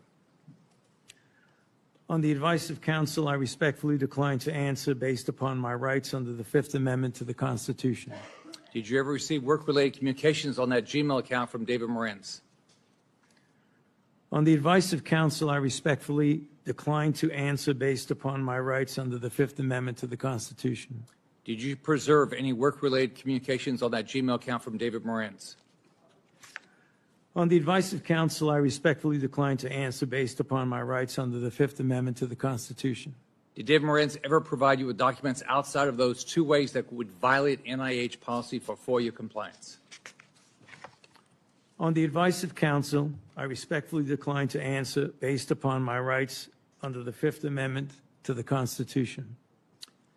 Now let's look at two other communications. You emailed Dave Morenz on January 26, 2020, quote, it is important that I speak with you tonight. Please call me at home. This is part of Exhibit 2 that you have in front of you. This email is sent the same day, the exact same day you write in an internal document, quote, now we know the market was not the source, it was the amplifier, unquote. Would you call the origins of COVID-19 a substantive issue? On the advice of counsel, I respectfully decline to answer based upon my rights under the Fifth Amendment to the Constitution. Did you discuss COVID-19 origins with Dave Morenz on this phone call? On the advice of counsel, I respectfully decline to answer based upon my rights under the Fifth Amendment to the Constitution. Now let's take a closer look at the last time you testified before Congress.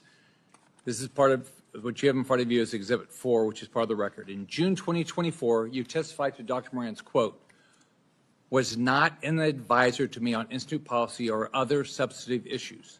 Furthermore, his office is located in a different building from that of the NIAID director, unquote. Is that still your testimony today? On the advice of counsel, I respectfully decline to answer based upon my rights under the Fifth Amendment to the Constitution. So today, under oath, your testimony remains that Dr. Moran's was not an advisor to you on institute policy or substantive matters. On the advice of counsel, I respectfully decline to answer based upon my rights under the Fifth Amendment to the Constitution. Now, I've got Exhibit 5, which you have in front of you. On October 24, 2021, David Moran's texted you to provide information about and advocate for the controversial EcoHealth Alliance grant. You thank him and tell him that you will check the information. Would you agree that this shows an advisory relationship between David Moran's and yourself? On the advice of counsel, I respectfully decline to answer based upon my rights under the Fifth Amendment to the Constitution. Would you agree that you two were discussing a substantive issue? On the advice of counsel, I respectfully decline to answer based upon my rights under the Fifth Amendment to the Constitution. If documentary evidence establishes that Dr. Moran's advised you regarding EcoHealth Alliance, COVID origins, or grant policy, then your June 2024 testimony would have been inaccurate, correct? On the advice of counsel, I respectfully decline to answer based upon my rights under the Fifth Amendment to the Constitution. Is there any document in your possession today that would contradict your prior congressional testimony? On the advice of counsel, I respectfully decline to answer based upon my rights under the Fifth Amendment to the Constitution. Have you deleted, destroyed, or instructed anyone to destroy records after learning Congress is investigating these matters? On the advice of counsel, I respectfully decline to answer based upon my rights under the Fifth Amendment to the Constitution. Are you aware of anyone who did? On the advice of counsel, I respectfully decline to answer based upon my rights under the Fifth Amendment to the Constitution.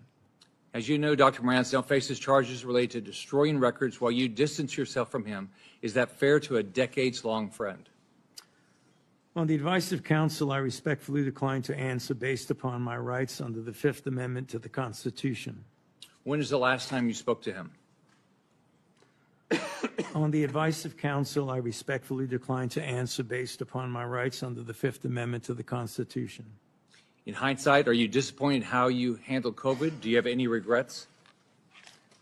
On the advice of counsel, I respectfully decline to answer based upon my rights under the Fifth Amendment to the Constitution. Dr. Fauci, I want to close with this. Here's how it impacted my family and people close to me. I have daughters with children. You can't imagine the questions they had around vaccines for their kids and themselves, and the pressure, the unbelievable pressure to make the right decision for their health. I can tell you pregnant women who worked with me were so scared because every time they went to the doctor, they were told something different about taking the vaccine, and you caused this. Imagine being a mom trying to protect their kids, or an expectant mother trying to figure out what to do. Every 3 weeks, a doctor tells you a new set of guidance on a vaccine. The haphazard information you released and pushed on the American people with little research is appalling, and why there's so much distrust in our institutions today. That trust is crucial to public health, and you, more than any person or event in my lifetime, have destroyed that trust for millions of Americans. You lied to hundreds of millions of people amid the worst public health crisis in a century. You failed to follow your own guidance. You forced people to watch their loved ones die alone over the phone. It's disgusting. You destroyed the federal government's credibility when it comes to public health. We have entire generations of Americans who, rightfully so, do not trust our institution to keep people safe because of you. This has destroyed decades of progress and lifetimes of work because you wanted to fuel your own ego and be the center of attention. What would you do differently knowing what you know today, Dr. Fauci? On the advice of counsel, I respectfully decline to answer based upon my rights under the Fifth Amendment to the Constitution. All the evidence is right here, and you still can't bring yourself to tell the truth or apologize because you received an auto-pin pardon from a staffer in the Biden White House. If we have another pandemic tomorrow, millions could die because of what you did to make Americans lose trust in their government when it comes to medicine and healthcare. How many families have you apologized to had to watch their loved ones die alone? You breached public trust, and now you're hiding behind a fraudulent pardon. Your legacy will not be as a man that saved America from COVID, but as a man who destroyed the public trust in America's public health institutions in exchange for 5 minutes of fame. This is how history will remember you. I yield back. Senator Kim.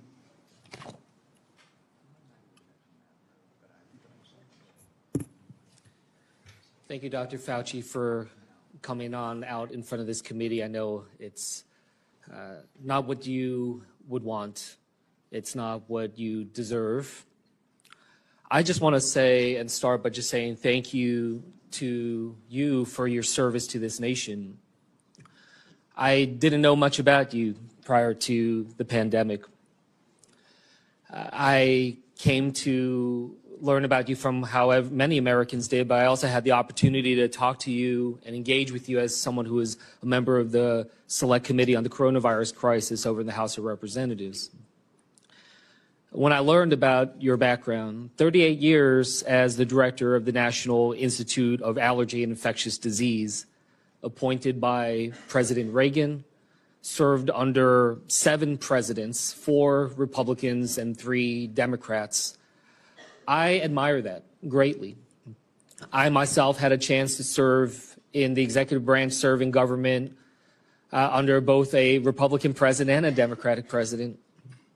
And I believe that we need more of that type of work, a place where we can understand our jobs not as coming from a place of partisanship and politics, but that of just public service. And right now, I feel the hyperpartisanship growing in this country in dangerous ways. I feel it much more present here on the Hill than I did back when I served as a nonpartisan career public servant at the State Department. And I worry about it. I worry about what kind of trajectory we're on as a country and what this causes when it comes next for public service and those willing to step up for our nation. And it's not just in the attacks, but we see it brought out with the cuts to funding, to the firing of federal workers, to the demonization of their motivations, people calling our public servants criminals, thinking that they are there solely to undermine others that are trying to engage. I look at it right now. You know, it's not just that the people are being attacked, our public servants being attacked, but that it's undermining the very nature of the work of governance. You know, these cuts to HHS funding, to NIH funding, to the grants, cuts to the researchers doing the critical work to find cures and medicines. These firing and these cuts, they're creating a chilling effect, honestly, a chilling effect for the next generation of people who might consider stepping up to serve our nation, to be the next generation of researchers who now are wondering whether or not this is the right thing for them to do at a time when they see some of their colleagues or those that they looked up to being attacked, their funding being cut.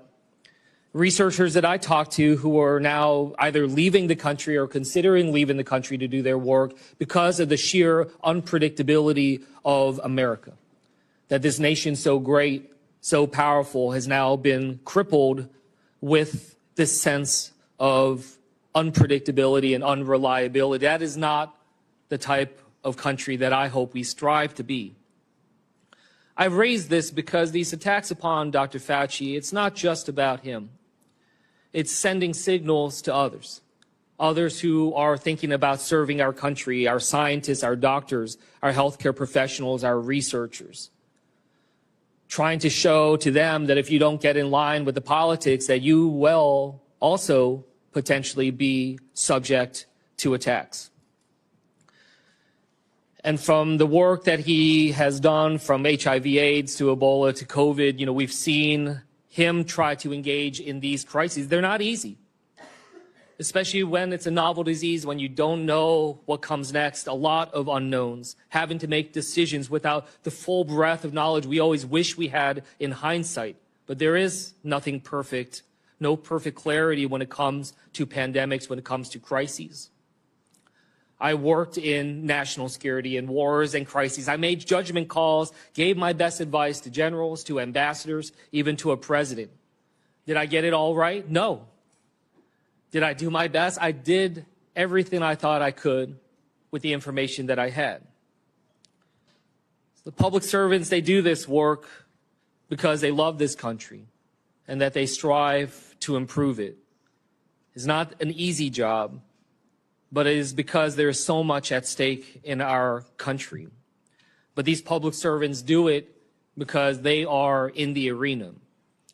I just want to end by just reading a portion of this because I think it's important as we're thinking about how to be able to treat public servants through this country, to think through this. And in the words of Teddy Roosevelt saying, it's not the critic who counts, not the man who points out how the strong man stumbles or where the doer of deeds could have done them better. The credit belongs to the man who is actually in the arena, whose face is marred by dust and sweat and blood, who strive valiantly, who errs but comes short again and again, who spends himself in a worthy cause, who at the best knows in the end the triumphs of high achievement, and who at the worst, if he fails, at least he fails while daring greatly, so that his place shall never be with those cold and timid souls who neither know victory nor defeat. Thank you for your service, Dr. Fauci. I yield back. Senator Alling. Thank you, Mr. Chairman. Well, nothing says honesty like taking the fifth, huh, Doc? Let's try something. What day of the week is it today?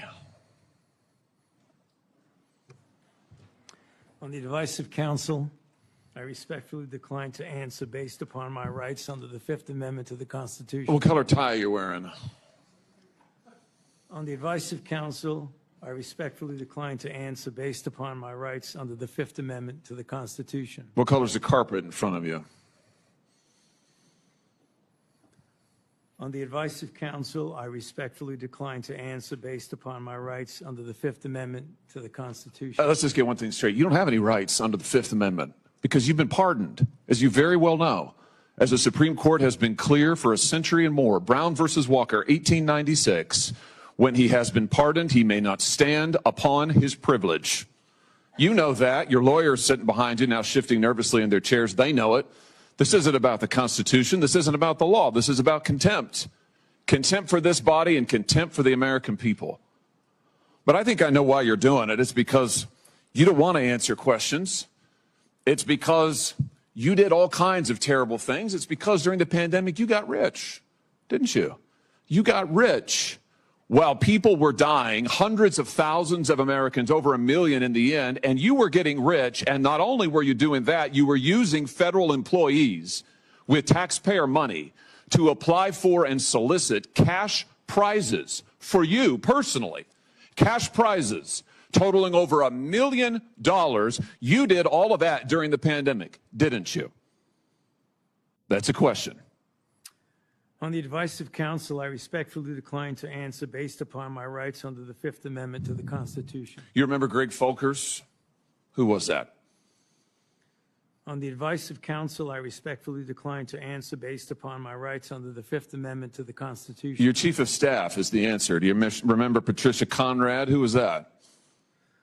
On the advice of counsel, I respectfully decline to answer based upon my rights under the Fifth Amendment to the Constitution. She was your personal assistant. And what were these individuals doing in the depth of the pandemic in November of 2020 when millions of Americans were suffering from COVID? What were they doing? I tell you what they're doing.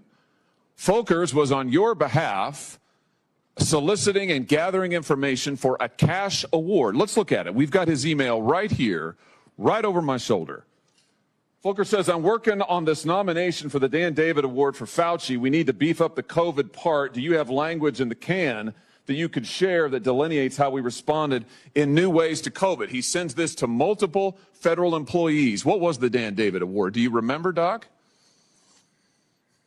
On the advice of counsel, I respectfully decline to answer based upon my rights under the Fifth Amendment to the Constitution. It was a $900,000 cash award. $900,000 cash award.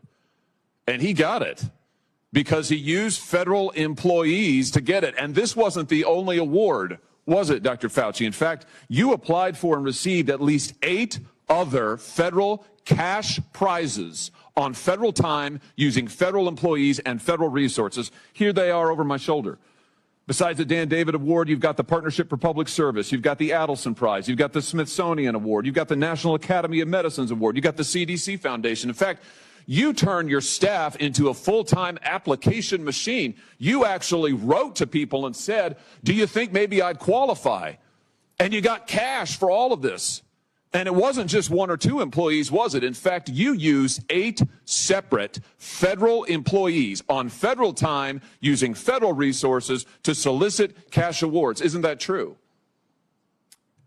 On the advice of counsel, I respectfully decline to answer based upon my rights under the Fifth Amendment to the Constitution. Here they are right over my shoulder. Here's all of them. The people that you use, federal employees, so that you could go and get cash money.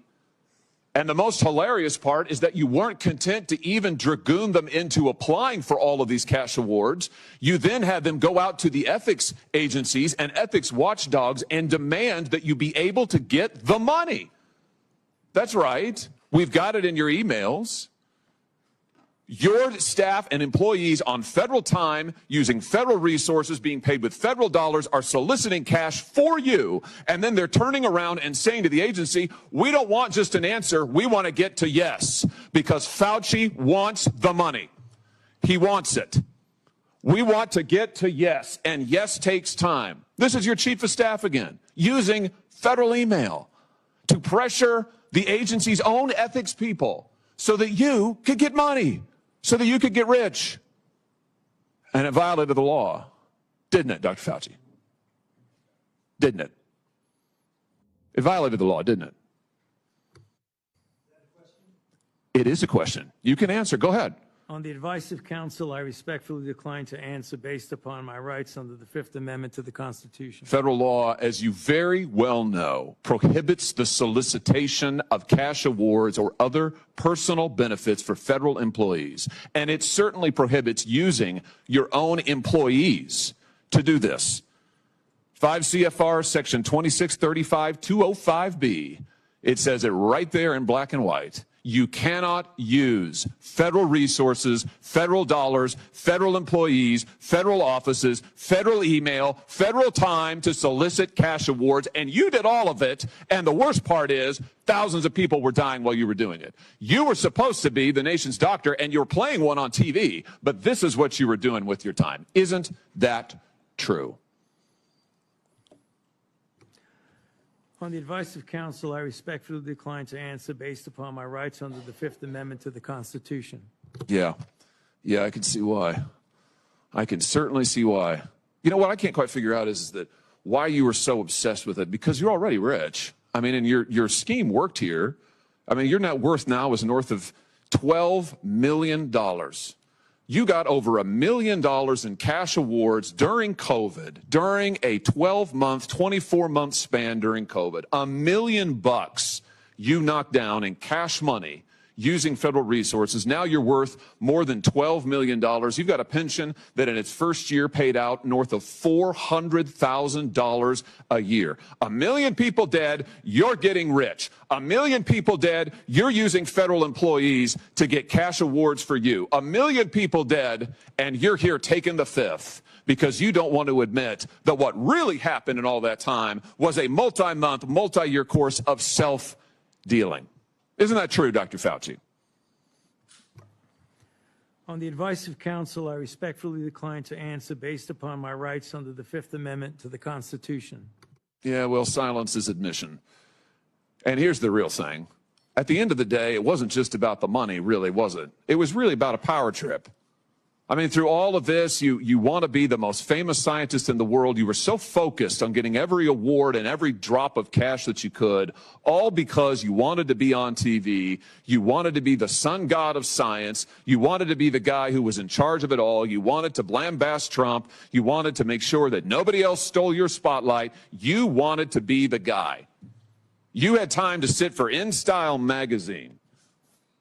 Here's what you were doing with your time. You could sit for InStyle magazine But you can't answer questions for the American people. You could sit for In Style magazine, but you're here taking the fifth. You could sit for In Style magazine and get $1 million in cash awards. But now the cat's got your tongue. I bet he does. I tell you what, here's my conclusion from all of this. This was really all about you the whole time. Somewhere along the way, you lost your way. You may have been a good public servant at one time, I don't know. But I can tell you from reading your emails now, from looking at what you did, how you used your employees, somewhere along the line, it became all about you. You became a narcissist and a megalomaniac and a liar. And you've lied to the American people, and you've lied to this body. And you've disgraced your profession by doing it. You called yourself the most famous scientist in the world. You've done more to harm science than anybody in my lifetime. And I hope you'll go home and write that in your diary. Thank you, Mr. Chairman. Senator Fetterman. Thank you, Mr. Chairman. Dr. Fauci, I'm not here to perhaps attack you or defend or anything. It's really just more, honestly, I just want to acknowledge I have had members of my family die from COVID, and now I also grieve for people that I've met that have lost their business through the pandemic, and they'll never been the same. Now, during the pandemic, I was the lieutenant governor, so we were in the middle of all of that maelstrom, trying to find the right balance between protect life and protect the economics and for all of it. And I'm not sure if we got it all right or wrong, but without a doubt, I can continue to question myself. But one that it's not about much more your regrets, but I have one. And that is early on that there was the theory that the virus could have emerged from the lab. And early on that became like a right-wing kinds of theory. And I thought it seemed to make sense. Now, there was a really advanced lab that was close by, and then you have this unknown virus out. So, but that became a very partisan thing. And now it seems now it's more and more emerging theory that would have come from the lab. Now, I think that the next time our nation's facing something like this, we are not become, as I might have been, blinded by the partisan idea that maybe the truth might come from a side that's different than you are.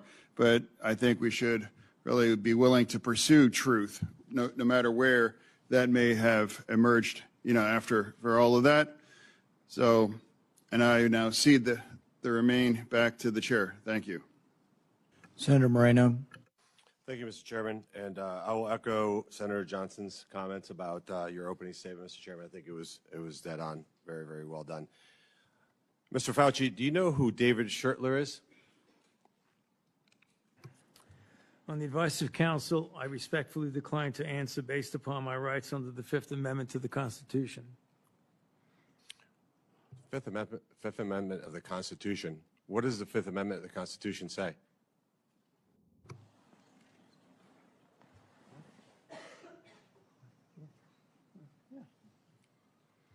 On the advice of counsel, I respectfully decline to answer based upon my rights under the Fifth Amendment of the Constitution. No, I'm just asking you what it says. On the advice of counsel, I respectfully decline to answer based upon my rights under the Fifth Amendment to the Constitution.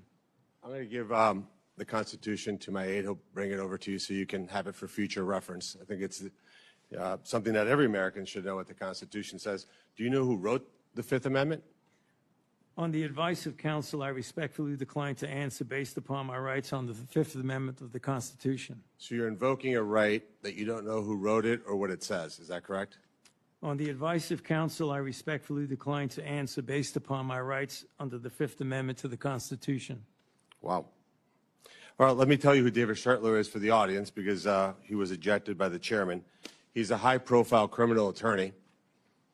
He's represented some really great people, like Senator Bob Menendez. Maybe that's somebody who my Democrat colleagues may remember took gold bars as bribes from the Egyptians. And there's an article here in the Washington Free Beacon that talks about why you would hire a guy like Derver Schertler, and the comment is, if you're in deep shit, that's who you call. Do you feel like you're in deep shit? On the advice of counsel, I respectfully decline to answer based upon my rights under the Fifth Amendment to the Constitution.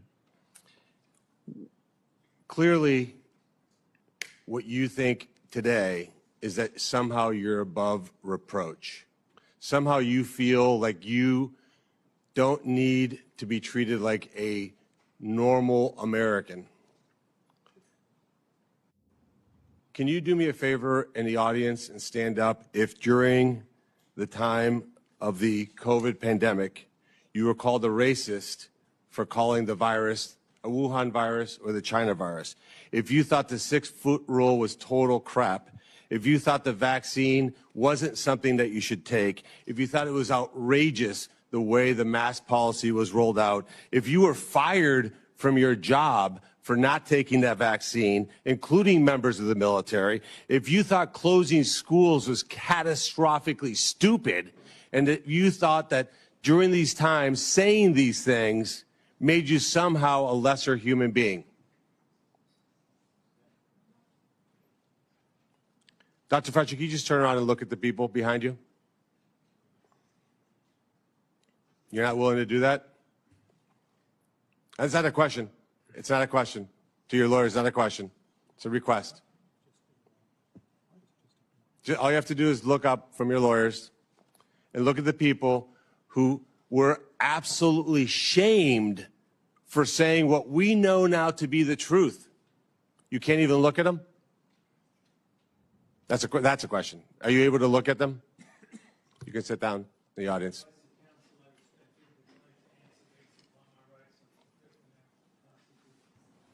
There was a mom in Ohio during the depth of the coronavirus pandemic,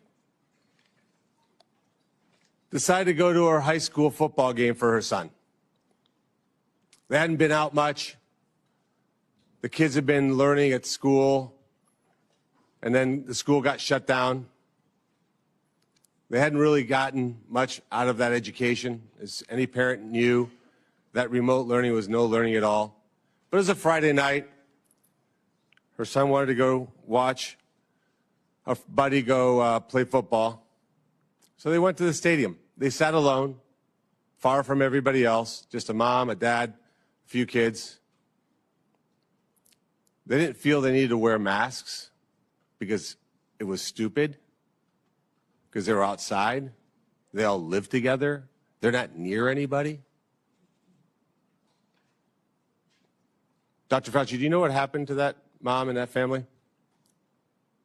That's a question. On the advice of counsel, I respectfully decline to answer based upon my rights under the Fifth Amendment to the Constitution. They were dragged out of that stadium and arrested. Those policies were put in place because you had moronic politicians that listened to the words of a megalomaniac who was more interested in having met a Kardashian than the suffering of the American people, and that is you. Your advice to communities like that, to idiotic politicians who enforce those rules, arrested that mom for watching a football game with her own family outside. When that story broke, I said to myself, I cannot stand idly on the side and watch this happen. It was about 6 years ago today that I decided I'm going to give up my businesses, sell them all, run for office, run for the United States Senate. Here I am sitting in front of you 6 years later saying, who the fuck do you think you were for doing that? It is a total disgrace what you did to this country. And if my Democrat colleagues are standing there defending you, I hope the voters of the United States of America watch the clips of every one of you doting on a guy who was more interested in being a celebrity than saving American people. I will make it my mission to make certain that every single one of those Democrats who did that will see that clip over and over and over again. Because there is no defense of what you did. You may have had a 50-plus year legacy of public service, but it ends in total and complete disgrace. So let me ask you an opportunity to answer one question. Will you apologize, just apologize, to the people who you harmed through your actions? Will you say, do you have the dignity to just say you're sorry? On the advice of counsel, I respectfully decline to answer based upon my rights under the Fifth Amendment to the Constitution. So you won't apologize to the military members who Joe Biden summarily dismissed from the military for not taking the vaccine? On the advice of counsel, I respectfully decline to answer based upon my rights under the Fifth Amendment to the Constitution. Will you apologize to the business owners that lost their business, shattered their lives, and they'll never recover? On the advice of counsel, I respectfully decline to answer based upon my rights under the Fifth Amendment to the Constitution. Will you apologize to the moms who had to force their infant children, 2, 3, 4-year-olds, to put masks on, and what that did and how that traumatized those kids?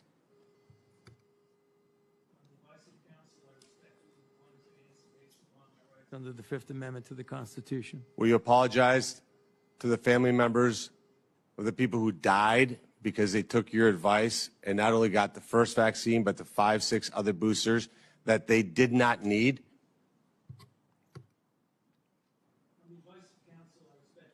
To answer based upon my rights under the Fifth Amendment to the Constitution.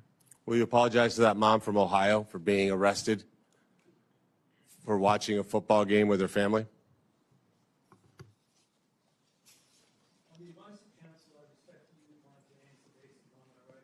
Fifth Amendment to the Constitution. So you didn't know who wrote the Fifth Amendment. It's James Madison. Lived in this town. I can only wonder what he would think of somebody like you invoking his writings to shield culpability for the actions that you took. It's no secret why you have to hire the biggest dirtbag attorney on the planet, because of what you did. I hope you're paying him well. And I hope that one way or the other, somewhere, sometime, you answer for your crimes. Senator Ernst. Thank you, Mr. Chairman, for holding this important hearing today.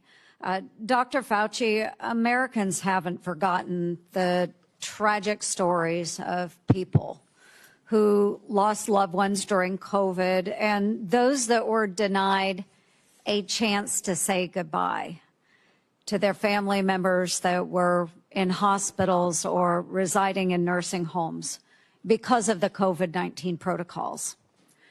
Americans haven't forgotten the mandates, the adverse reactions to vaccines, the government misinformation, social media censorship, hotlines to tattle on their neighbors, the forced school closures, the tragic rise in suicides, or those businesses that were forced to close during lockdowns.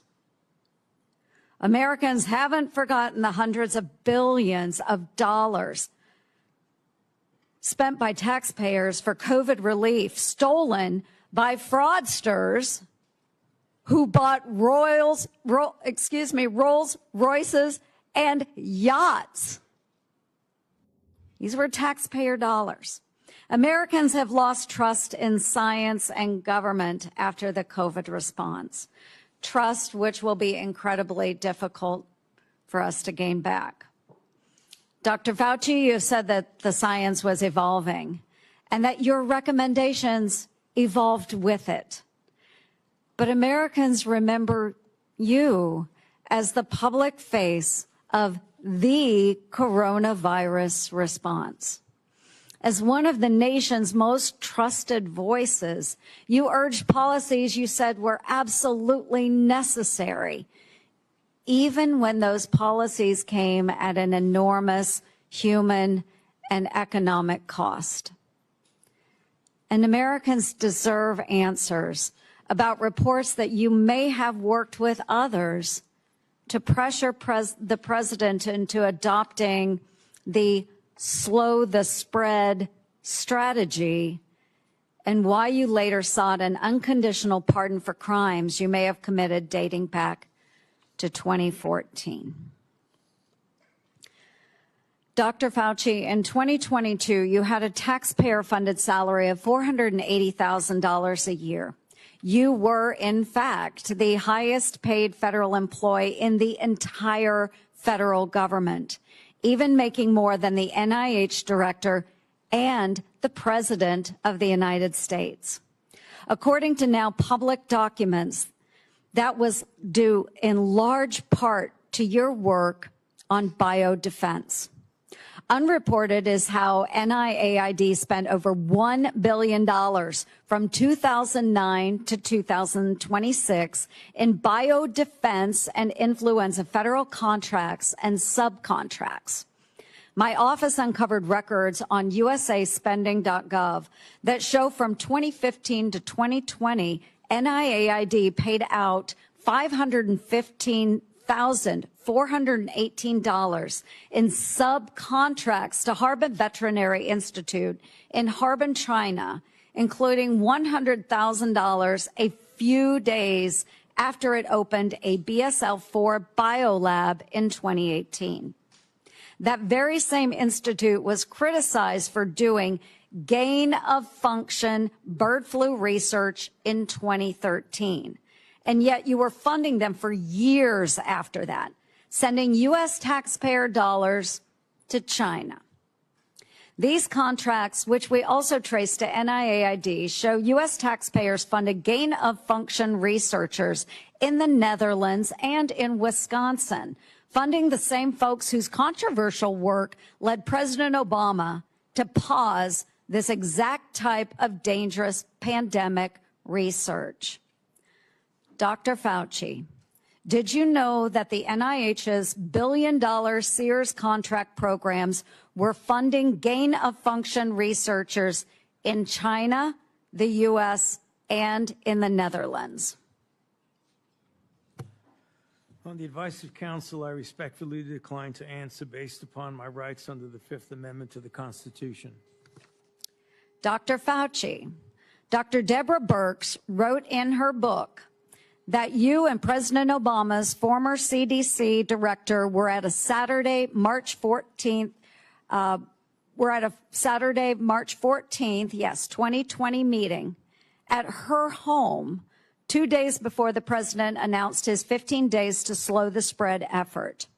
Your now released diary said the meeting was a week before that. Dr. Birx said you all were trying to trap the president into having no other options.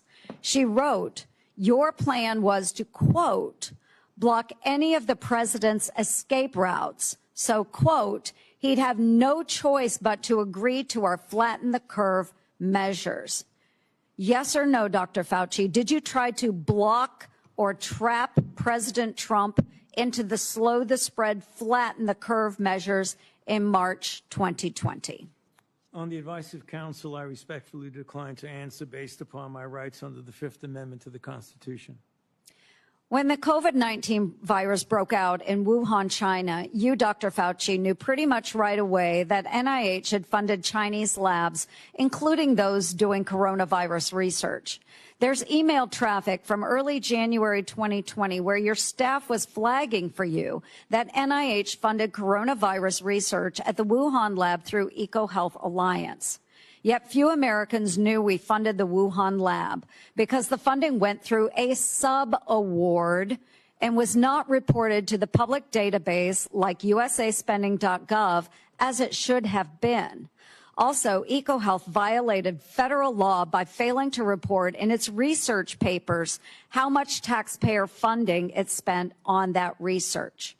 At my request, the Government Accountability Office helped track down that $1.4 million of U.S. taxpayer money that was sent to the Wuhan Institute of Virology, both by you, Dr. Fauci, and through USAID. But first, it passed through EcoHealth Alliance, which I helped to get defunded through the NDAA. Dr. Fauci, did you intentionally use subaward funding to obscure NIH funding of Chinese biolabs and coronavirus research? On the advice of counsel, I respectfully decline to answer based upon my rights under the Fifth Amendment to the Constitution. NIAID awarded multi-million-dollar grants to a number of scientists shortly after they wrote publicly in the Proximal Origins paper that the COVID virus likely came from nature. Though documents Chairman Paul released last week show in private, those same scientists were much more open to the virus being from a lab. In 2023, Representative Jordan insinuated that you basically gave a $9 million bribe in the form of an NIH grant to NIH-funded virologists to say the virus likely was from nature. Dr. Fauci, yes or no, did you reward the Proximal Origin authors by giving them NIAID grants or contracts? I respectfully decline to answer based upon my rights under the Fifth Amendment to the Constitution. Dr. Fauci, we have learned that U.S. coronavirus researchers at UNC shipped, quote, humanized or transgenic mice to China by around 2017 for use in their dangerous coronavirus work. Under your NIAID coronavirus, researchers also used aborted baby body parts in mice research, and taxpayers paid for them to do that. NIH-funded coronavirus researcher Dr. Ralph Barrick and his colleagues at UNC put parts of livers, thymuses, and chunks of human fetal lung that they got from aborted, almost 5-month-old human babies. They put those parts in their research mice. They disgustingly named them BLTL mice and wrote they had created a, quote, sandwich of aborted body parts in the mice. Get it, folks? BLT. A BLT sandwich. Your RML lab employees in Montana also ordered and used aborted baby body parts in their taxpayer-funded research. And emails show how they plan to use those mice for post-COVID work. NIH funded putting aborted babies' fingers and scalps off the heads of aborted babies and putting them into the backs of research mice. The scalps later grew fine baby hair in the mice. They even included those disgusting photos in their research paper that you funded. Not all of those were research on coronaviruses, but some were. Thankfully, the current NIH director has said no more of this.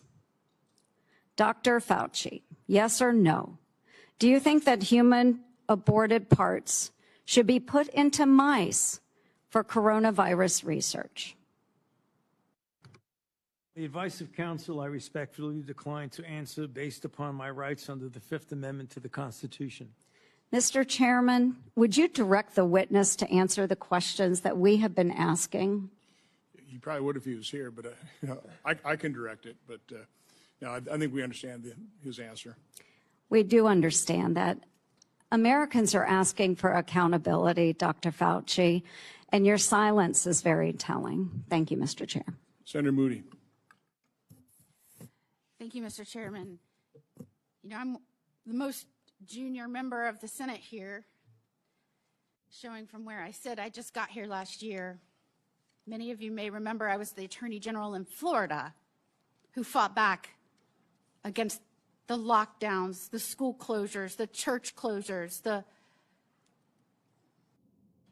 everything to embrace sanity and science. We fought back. We got ridiculed for it. And we didn't just call people names. We actually impaneled a grand jury of people of all walks of life, all political persuasions. So that's how I came here, fighting for a free state amongst states that had locked their own people down.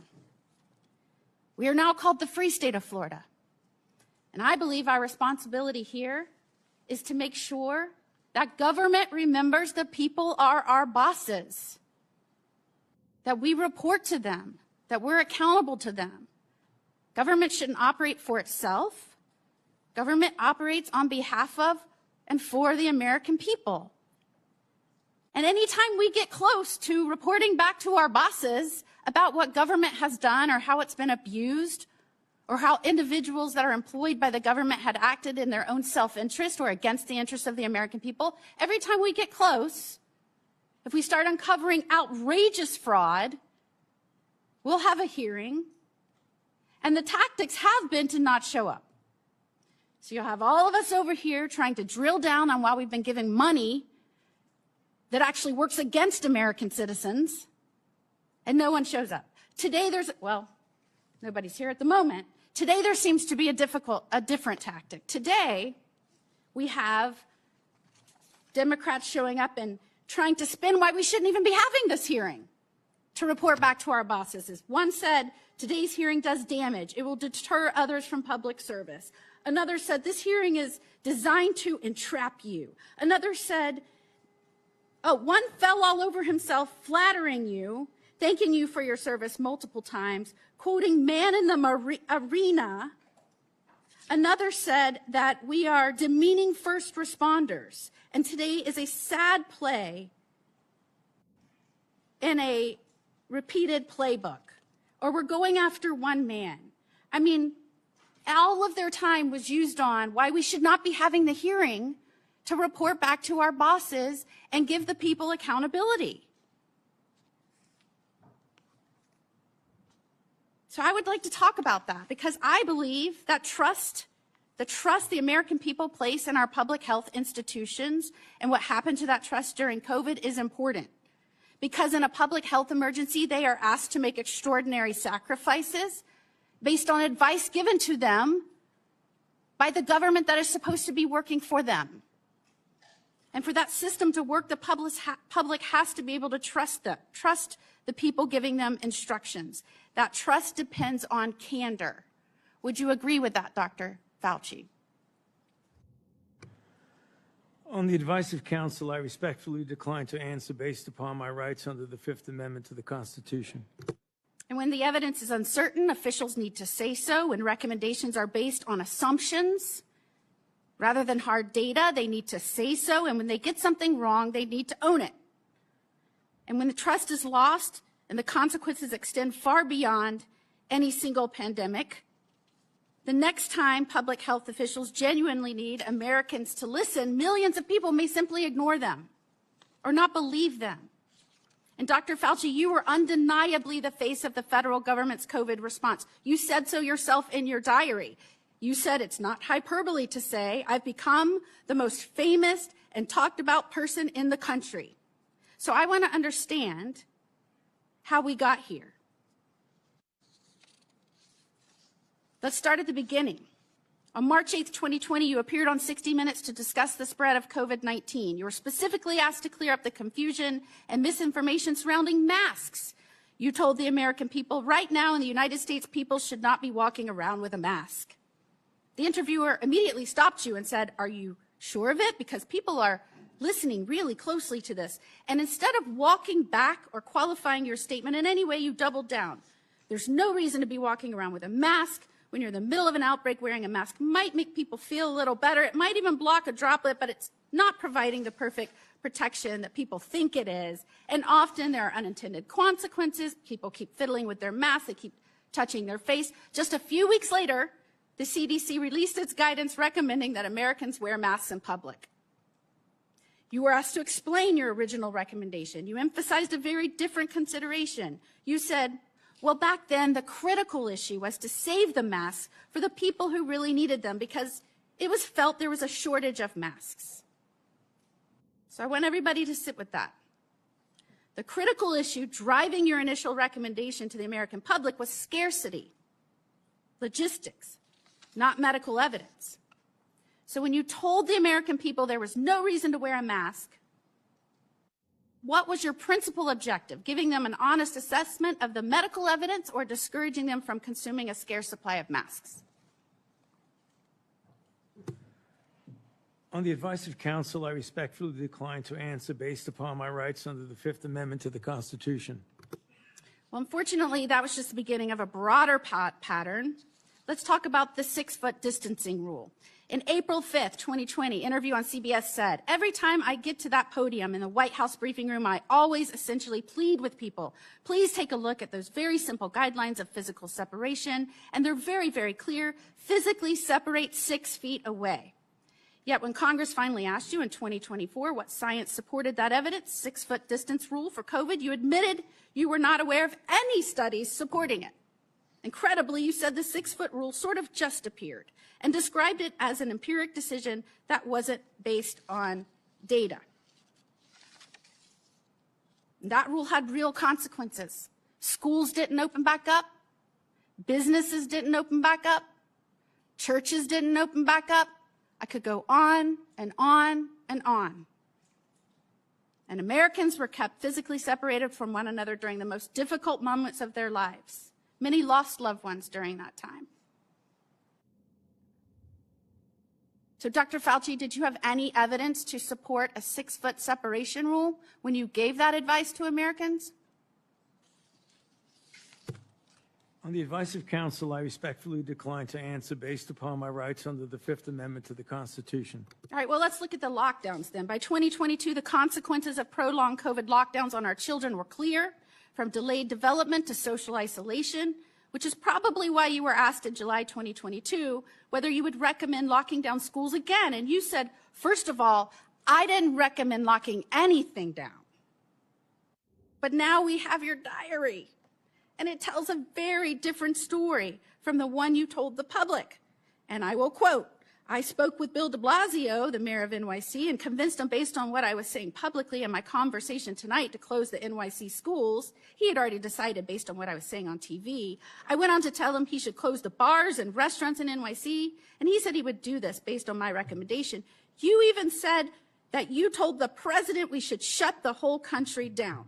So, Dr. Fauci, how do you square telling the American people publicly that you didn't recommend locking anything down with your own diary entry kept on federal government equipment saying that your recommendation is what convinced the mayor and the president to lock things down? On the advice of counsel, I respectfully decline to answer based upon my rights under the Fifth Amendment to the Constitution. Now, I just want to make clear that when in Florida, we were pleading with people to give us advice based on scientific evidence,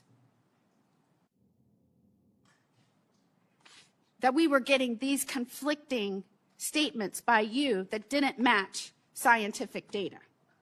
And in fact, when we impaneled a grand jury, the grand jury's conclusion, not surprising to anyone, and by the way, we're still the only state to have impaneled a grand jury. I was the only attorney general to do this. We did this in 2023. That conclusion was the lockdown, mask, and social distancing advice ministered by federal agencies and implemented by certain local, state, and federal agencies was not based on the best available scientific data. In fact, many recommendations and their accompanying mandates departed significantly from available research. Again, people from all walks of life, all political persuasions, that is what they found. And yet, during that time, while you were giving those statements, knowing there was no scientific basis for it, and we know now you knew it because we have your diary entries, you called the governor that I worked with to fight to keep Washington and D.C. out of our state so that we could indeed respect the rights of our citizens.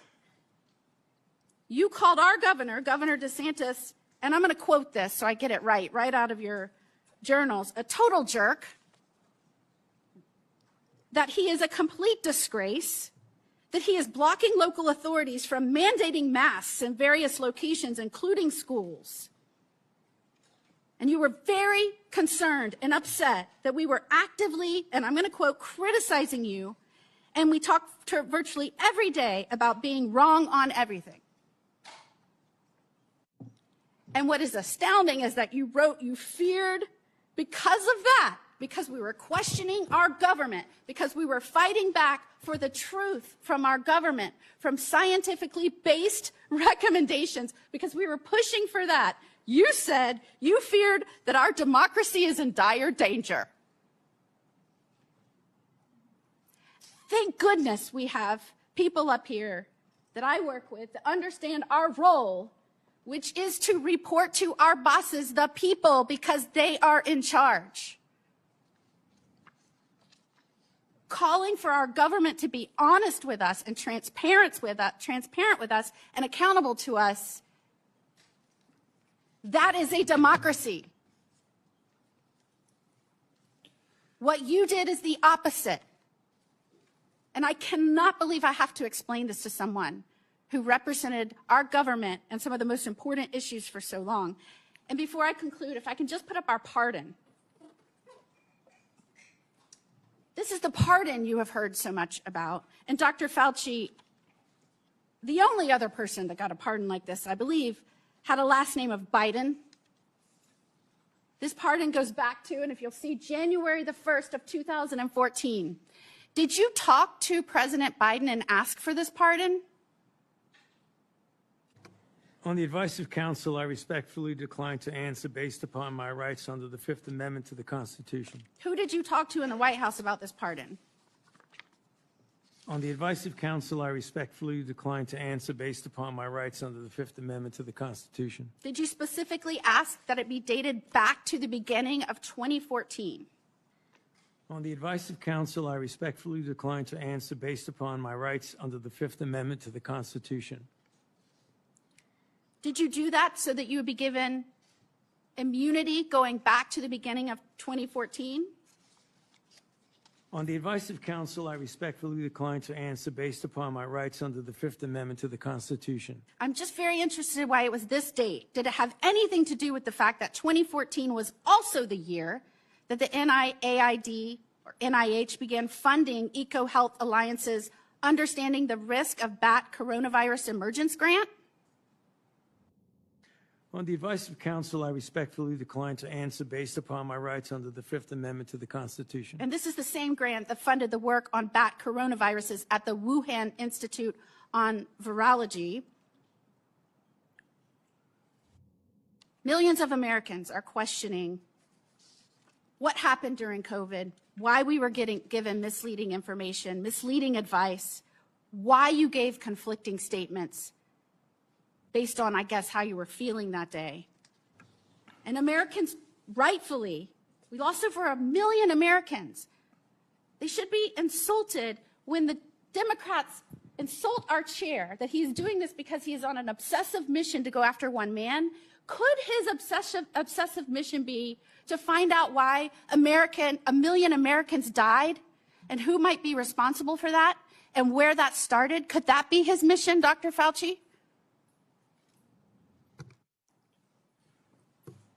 On the advice of counsel, I respectfully decline to answer based upon my rights under the Fifth Amendment to the Constitution. And after everything we have just walked through, can you sit here today and tell the American people, our bosses, that you bear no responsibility for their collapse in trust of their government? On the advice of counsel, I respectfully decline to answer based upon my rights under the Fifth Amendment to the Constitution. Time has expired.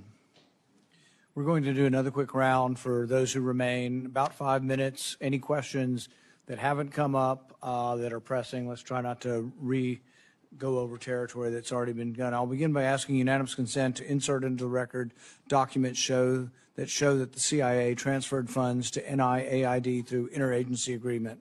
Hearing no objection, so ordered. We had hoped to hear testimony from Anthony Fauci today. We haven't. But I think it's important that we do hear from him. So we will have a video we'll play in a moment. For years, Anthony Fauci has been the public face of saying this in all likelihood came from nature. He kept saying, it's the marketplace, it's the marketplace, it's the marketplace. He's been saying that on television up until recently. But what we find is that what he was saying in public is different than what he was saying in private. In January, in private, he wrote that looks like the wet market was a super spreader event. It didn't originate there. We know that some of the earliest deaths and sickness came from somewhere else. But then for years and years, we got dishonesty.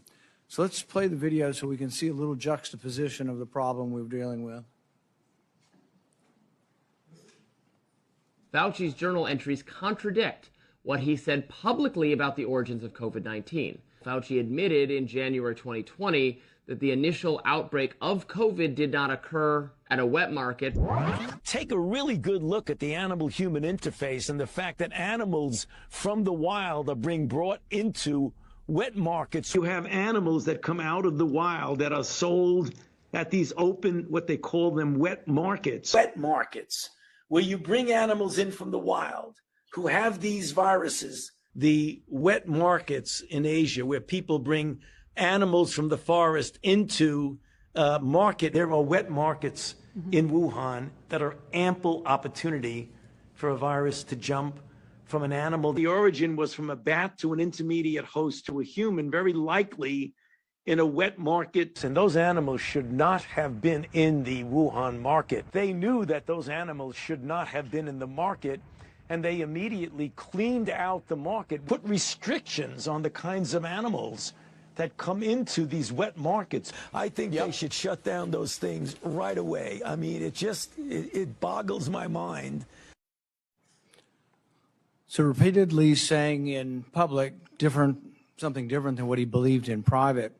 Now, this is interesting because, the first SARS outbreak in 2003 was traced to a wet market, to animals there.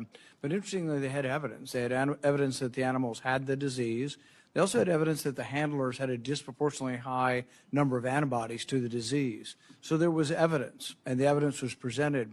So when this came out, the same thing happened again. They did look at the wet market. They looked at the wet market and tested, I think, 80,000 animals and didn't find any animals that had COVID-19.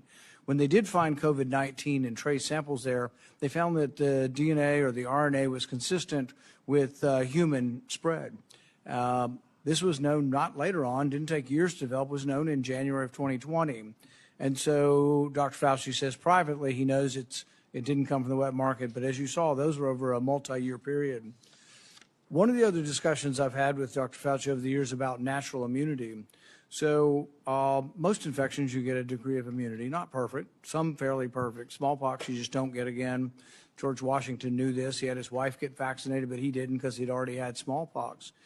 But there's one particular story that a man came up to me who'd lost his wife to COVID. He said, we all got it. We all got sick, and my wife ended up getting sick enough to go to the hospital. But we'd recovered 2 weeks. She was still alive. 2 to 3 weeks later, we'd all recovered, and they wouldn't let us be with her. And to this day, it's one of the saddest things. And it just, I think all of us should think about this. They were not allowed to visit their mom. He wasn't allowed to visit his wife in the hospital. But based on this misunderstanding of natural immunity, that for some reason 2 weeks later they were a problem. But this was all promulgated by you. We had the workers in the the meat factories. They were essential. They had to keep working. Most of them got COVID. They got it in the first couple of weeks. Most of them were younger. The reassurance should have come from public health. The reassurance should have said, congratulations, you've recovered. It also should be acknowledged. What's the number one thing we can do if we get another pandemic? Before we have a vaccine, before we have monoclonal antibodies, it would be to utilize natural immunity. So instead of the advice you were giving to Cuomo and others in New York that led to the deaths of hundreds of thousands of people or tens of thousands of people, you could have been saying, well, maybe the nurses taking care of the elderly should be people who are 2 weeks out from COVID infection. We could have used natural immunity as somewhat of a block of protection. Imperfect, but the only protection we had and the only thing we could have done. Instead, the nursing homes were seated with people who had COVID. So I think the discussion of natural immunity is one where there wasn't sufficient honesty, humility, there wasn't enough presentation to encourage people. That was the only encouraging thing we had for a while is you've got it. You're very, very, if not impossible, close to impossible chance that you'll die if you get it again. Everybody could have been reassured. Nobody was reassured. It's like, well, we don't know. We just don't quite understand natural immunity. My favorite quote from that is from Martin Kulldorff from Harvard. You called him one of the people that you had to take down, the fringe epidemiologist, which I've never ever heard a scientist call another scientist that. But he jokingly said on Twitter, he said, yeah, we knew about natural immunity from 486 BC, from the time of the Athenian plague. We lost all knowledge of it in 2020. The good news is it's slowly coming back. 24 to 2025, we're beginning to understand what natural immunity is again. Not something perfect, but a useful tool that could have been used, but also something that could have helped people by telling the public, my goodness, you're not going to die now. You have a chance. If you've already had it and you're 85 years old and you're at risk for it and you're wanting to feed your wife and they're telling you to wear 4 masks and not be around your wife when you've already had it, it made no sense. I visited with a man whose mom was 83 and she was dying from COVID. They go to the hospital in Orange County. They won't admit her to the hospital till she's vaccinated because we have a policy that everybody in the hospital must be vaccinated. She's got COVID and they wanted to vaccinate her again. At one point in time, the CDC understood this. They told people, don't get vaccinated if you've had COVID within 3 months. Why? Because it may give you a heightened immune response when you've already got a heightened immune response. But giving a person very sick, and many of the people who died from COVID died from sort of this storm of response, this immune storm. The answer wouldn't be try to stir up their immune response more by giving them a vaccine. The answer was actually steroids. And good old-fashioned steroids, 37% reduction in death. It turned out to be way more valuable than remdesivir, way more valuable than any of the other treatments. But I don't remember ever hearing a complimentary word on natural immunity or steroids or anything else. And you know, I wish we could have done more today. I would have been willing to accept an apology today. I'm sorry I made mistakes. We all made mistakes. And, you know, at the time I thought the gain of function research was, you know, the risks of it were worth the benefits. But I've reassessed since 15 million people died. People say, well, gosh, these things never happen. We know it happened in 1977. We know with 100% certainty a virus escaped. In 1977, there's something called the Russian flu. Nobody's exactly positive how it got out. But when they sequenced it, they found out that a flu in 1977 had exactly the same RNA as a 1954 one that they had in the lab and they had created a vaccine for. In fact, turns out anybody born before 1954 was immune, and the only people who got it were people who were born between 1954 and 1977. But it was identical. The genetic sequence was identical to this vaccine or the virus from 1954, and that doesn't happen because these respiratory viruses are always mutating. To be identical means it had to have leaked from the lab, proof positive that it had. So we know this happens. An author by the name of Young wrote a book and said there was 1,200 cases of significant accidents that have occurred. We knew all of this, and yet it was completely discounted because I think you were worried that if it was seen that you funded dangerous research that started the pandemic, you'd get blamed. And it was a concerted effort. It wasn't just you. Anybody associated with the funding decided we needed to protect ourselves. Senator Johnson. Mr. Chairman, you mentioned that we lost knowledge of natural immunity. I didn't. Dr. Fauci did. I suppose I had an asymptomatic case of COVID because of the very faulty PCR tests. I never got vaccinated or injected. There's no way I would have done that because I found out enough about the mRNA gene therapy. But you also brought up the issue of hospital protocols. I'm going to be holding a public event on hospital protocols. We've already received a couple hundred testimonies. They are heart-wrenching. They are heart-wrenching. Here's an excerpt from the testimony of a staff surgeon, very experienced, doctor for decades, at Providence Regional Medical Center, Everett, Washington. Quote, after our hospital was given remdesivir by the CDC, we were provided misleading/inaccurate information about the drug by medical leadership. When I had a young trauma patient who was a perfect candidate for remdesivir, the infectious disease doctor on call told me to not give it to her because, quote, she seemed like a nice girl. He concludes it was known early that remdesivir kills. As I said, nurses referred to it as run, death is near. So again, I've always been, it never made sense to me that we put all of our eggs in the experimental gene therapy.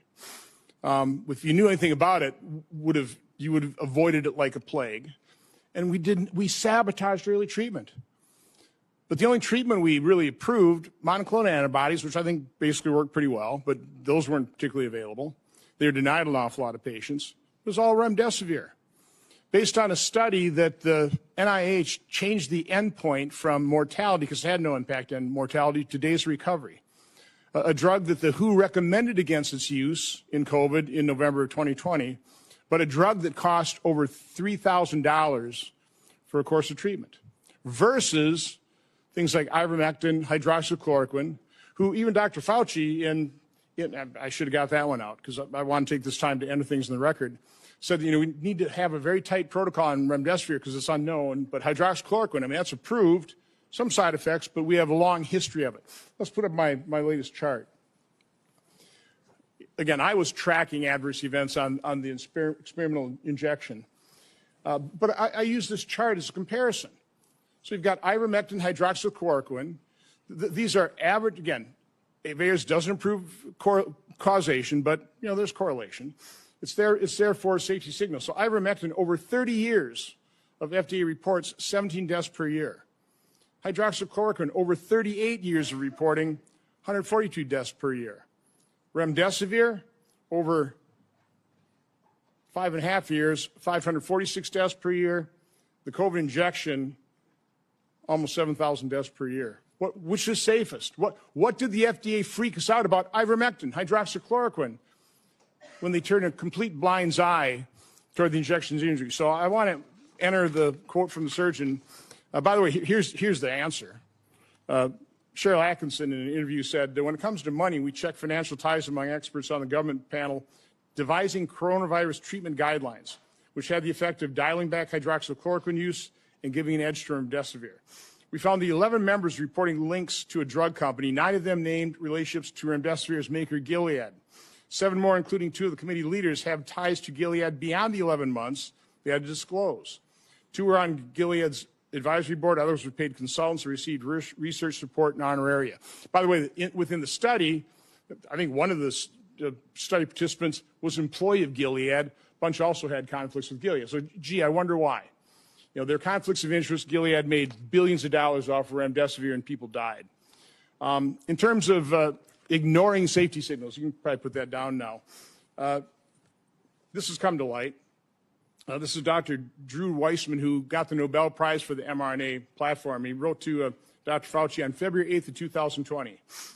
Tony, I wanted to alert you to some new data we generated with our mRNA LNP vaccine. Now, it was a higher fold dose, but that mRNA LNP go to the placenta and fetus, measured by translation of the mRNA and cause of immune response in the amniotic fluid. So that same day, Dr. Fauci responds, it'd be interesting to see what human dose levels given intramuscular do. So about a month later, Dr. Weissman replies, he said, we still have some concerns over the data after they tested at IM.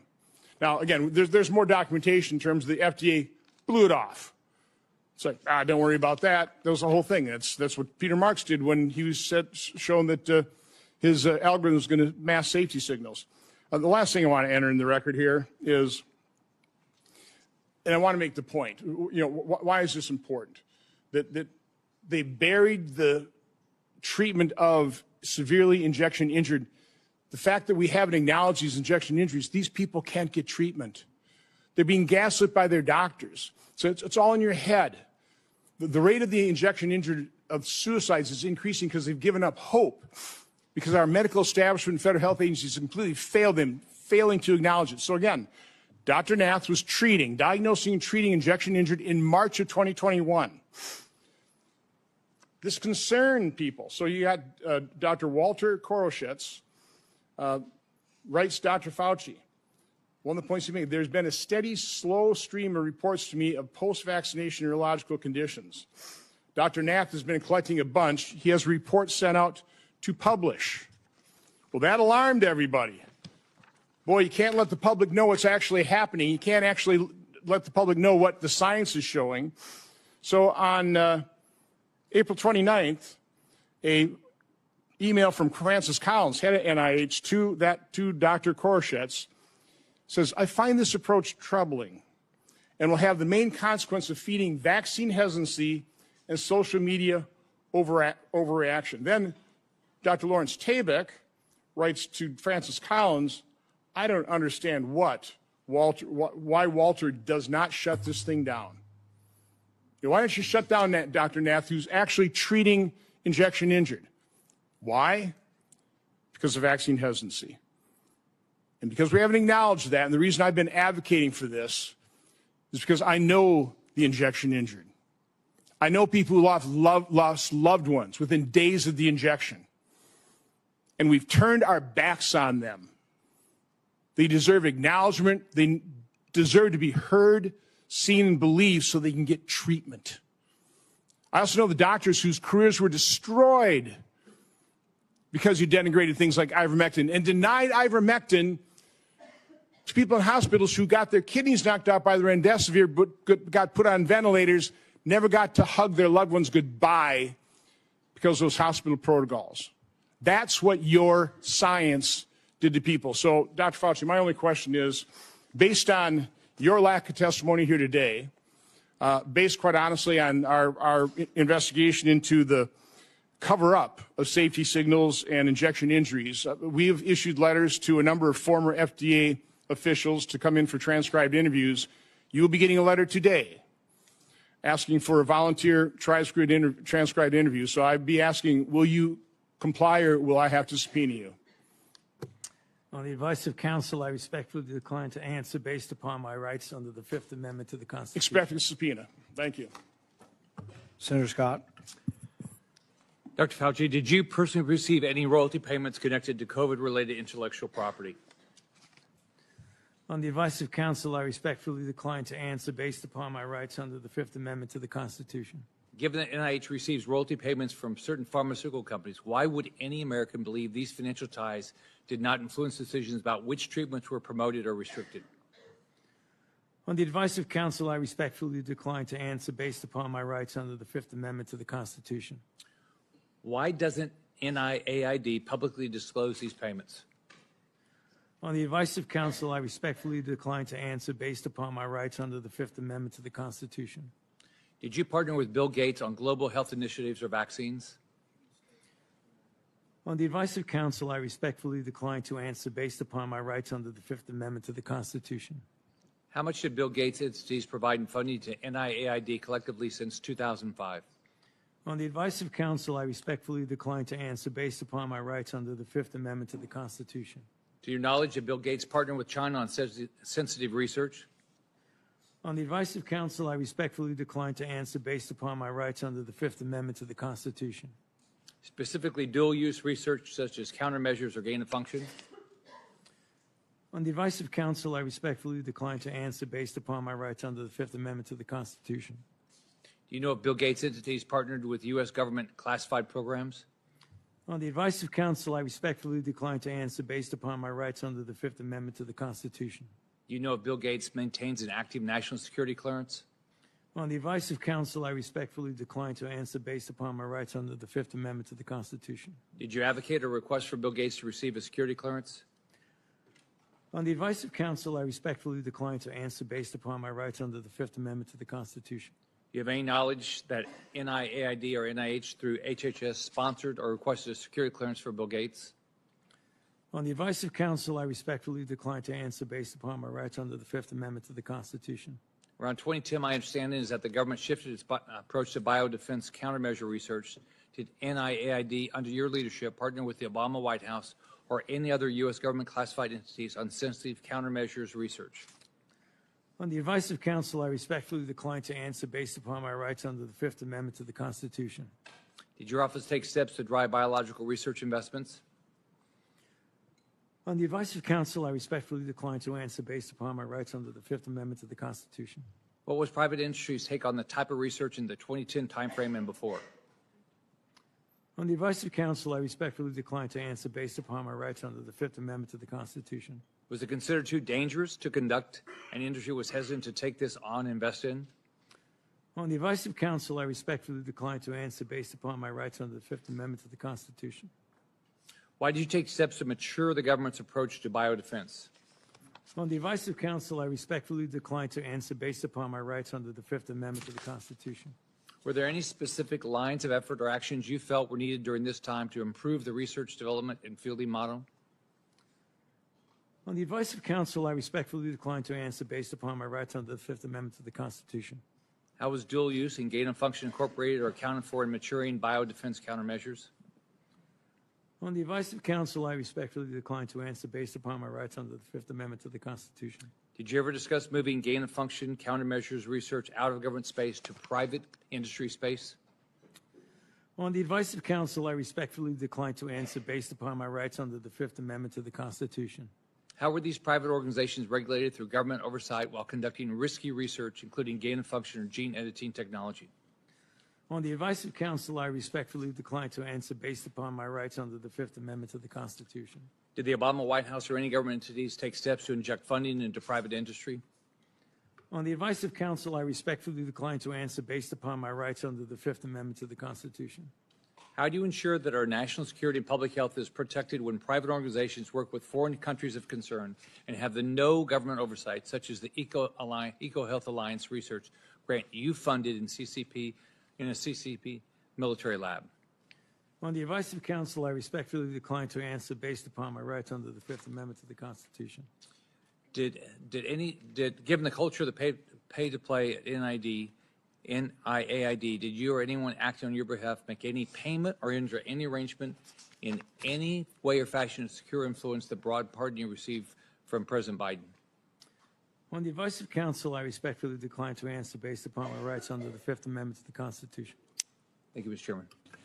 I'd like to ask unanimous consent to enter into the record a letter from the Department of Energy that confirms during Anthony Fauci's tenure that Bill Gates was given Q security clearance from 2014 to 2021 without objection. That will be entered into the record. I'd also ask unanimous consent to enter into the record the contents of the folder of authorities provided to Dr. Fauci, including the pardon.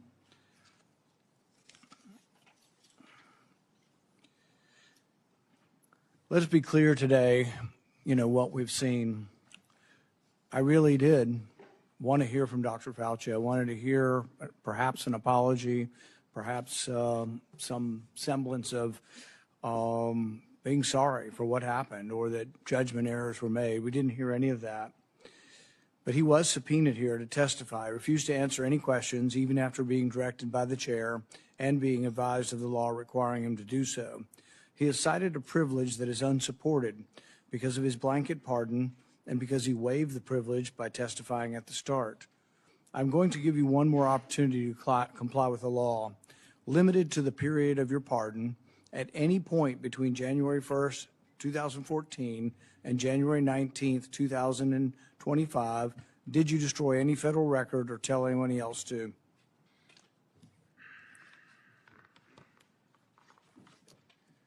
Under the advice of counsel, I respectfully decline to answer based upon my rights under the Fifth Amendment to the Constitution. Given that you have a unlimited presidential pardon, what is your specific objection that you are making? On the advice of counsel, I respectfully decline to answer based upon my rights under the Fifth Amendment to the Constitution. My question was limited to the period of your pardon only. I find your objection unsupported and direct you to answer the question. On the advice of counsel, I respectfully decline to answer based upon my rights under the Fifth Amendment to the Constitution. Because you refused to answer, citing a privilege that is unsupported because of your pardon, and after being denied to do so, this committee has scheduled a vote next week on a resolution certifying your contempt. I think we have another question or two from Senator Langford. Mr. Chairman, really this is a question for you, and it's a question to try to figure out how do we get a good answer on this, because clearly Dr. Fauci's attorneys are saying that he has a Fifth Amendment right. We've also subpoenaed him to be able to compel his testimony to be able to be here.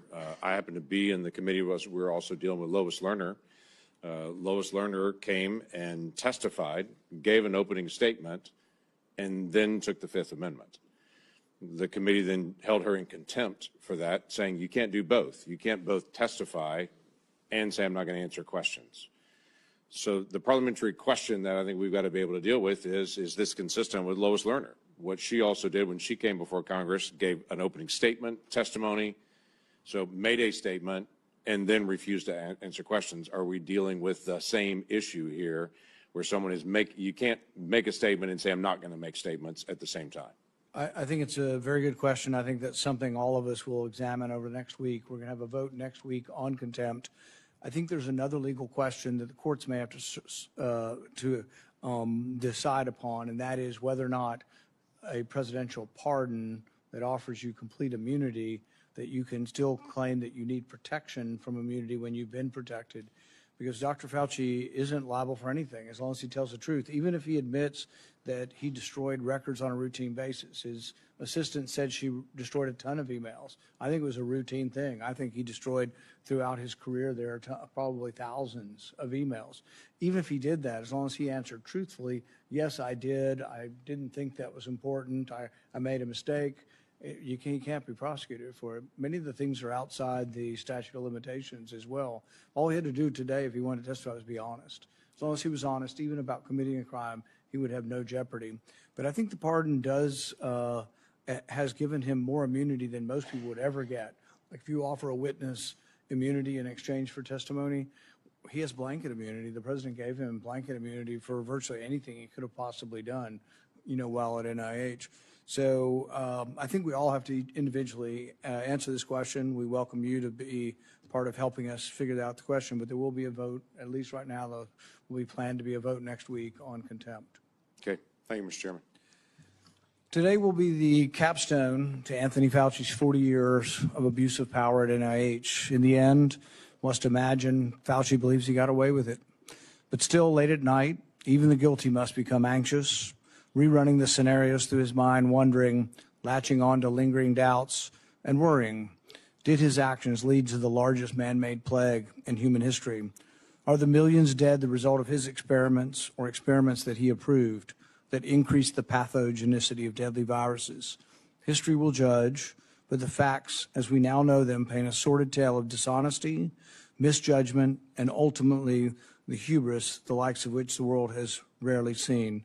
If everyone will remain seated for a few minutes, we're going to let Dr. Fauci exit. Thank you.